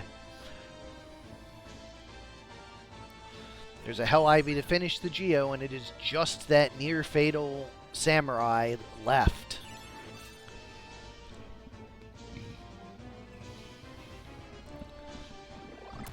And Piggy finishes it off.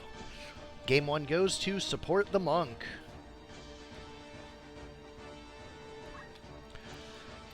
Small 93 coming up next. This could be the final fight of the night. And if not, the second final.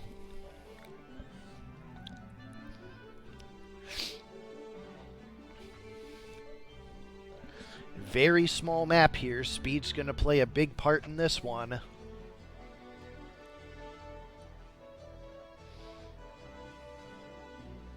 On the smaller side of medium here.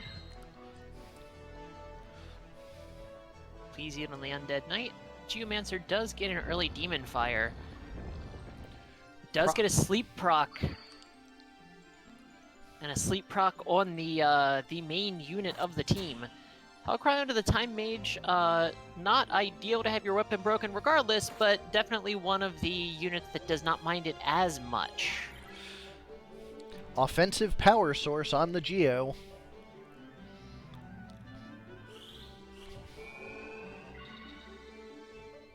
And a life for 184 on the Undead Knight. This is going to be a big cast coming out from the Wizard, though. A Flare 2 hitting 3.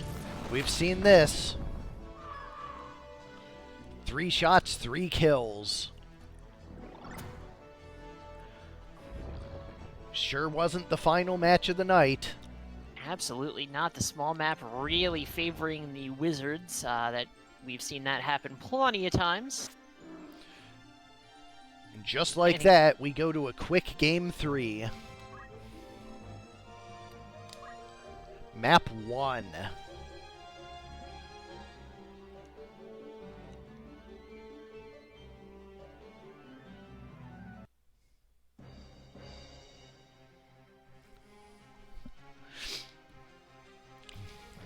This map's split, so much worse on the mage here.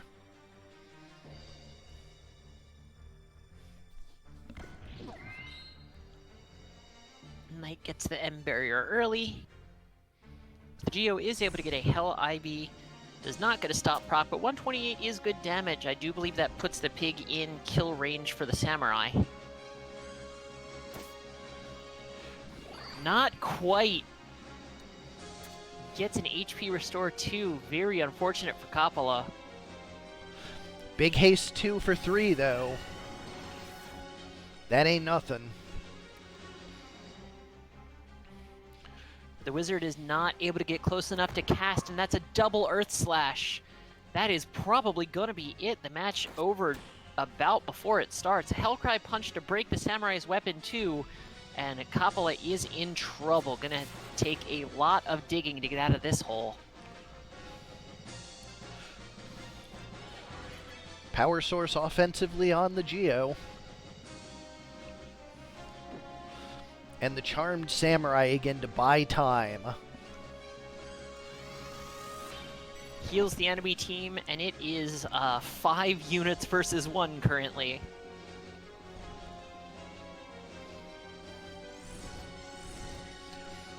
That Hell Ivy is not carve model.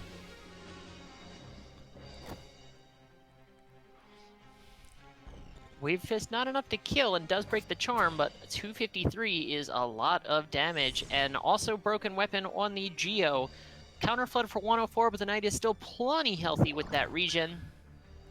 Geo is down, and the book is enough. Coppola 2 is out of the tournament. Sardek 1 moves on. You know, after the first round where I just got mercilessly spanked on all 3 of my teams, I was like, maybe I just made bad teams this month. But feeling a little better as they continue to survive and thrive in the loser's bracket. We were going for 13 matches tonight. We did have 12 because of one little bug there with the frog. That just means we're going to have 13 tomorrow. Yep. And Paddy won the large map just fine, so he will be starting tomorrow's stream 1-0. Will be starting the small map. I'm not invalidating the perfectly unbugged win he got on his first map. Totally reasonable. But anyways, thanks as always, everybody, for coming out and everybody for participating. Really glad to have you all here. I'm having a blast. I hope you all are too. And as usual, a big thanks to Korremar for helping me out in the commentator seat. It's so much better having a co-commentator than having to go solo. Absolutely. As always, have a good evening, everybody, and we will catch you tomorrow. See you then.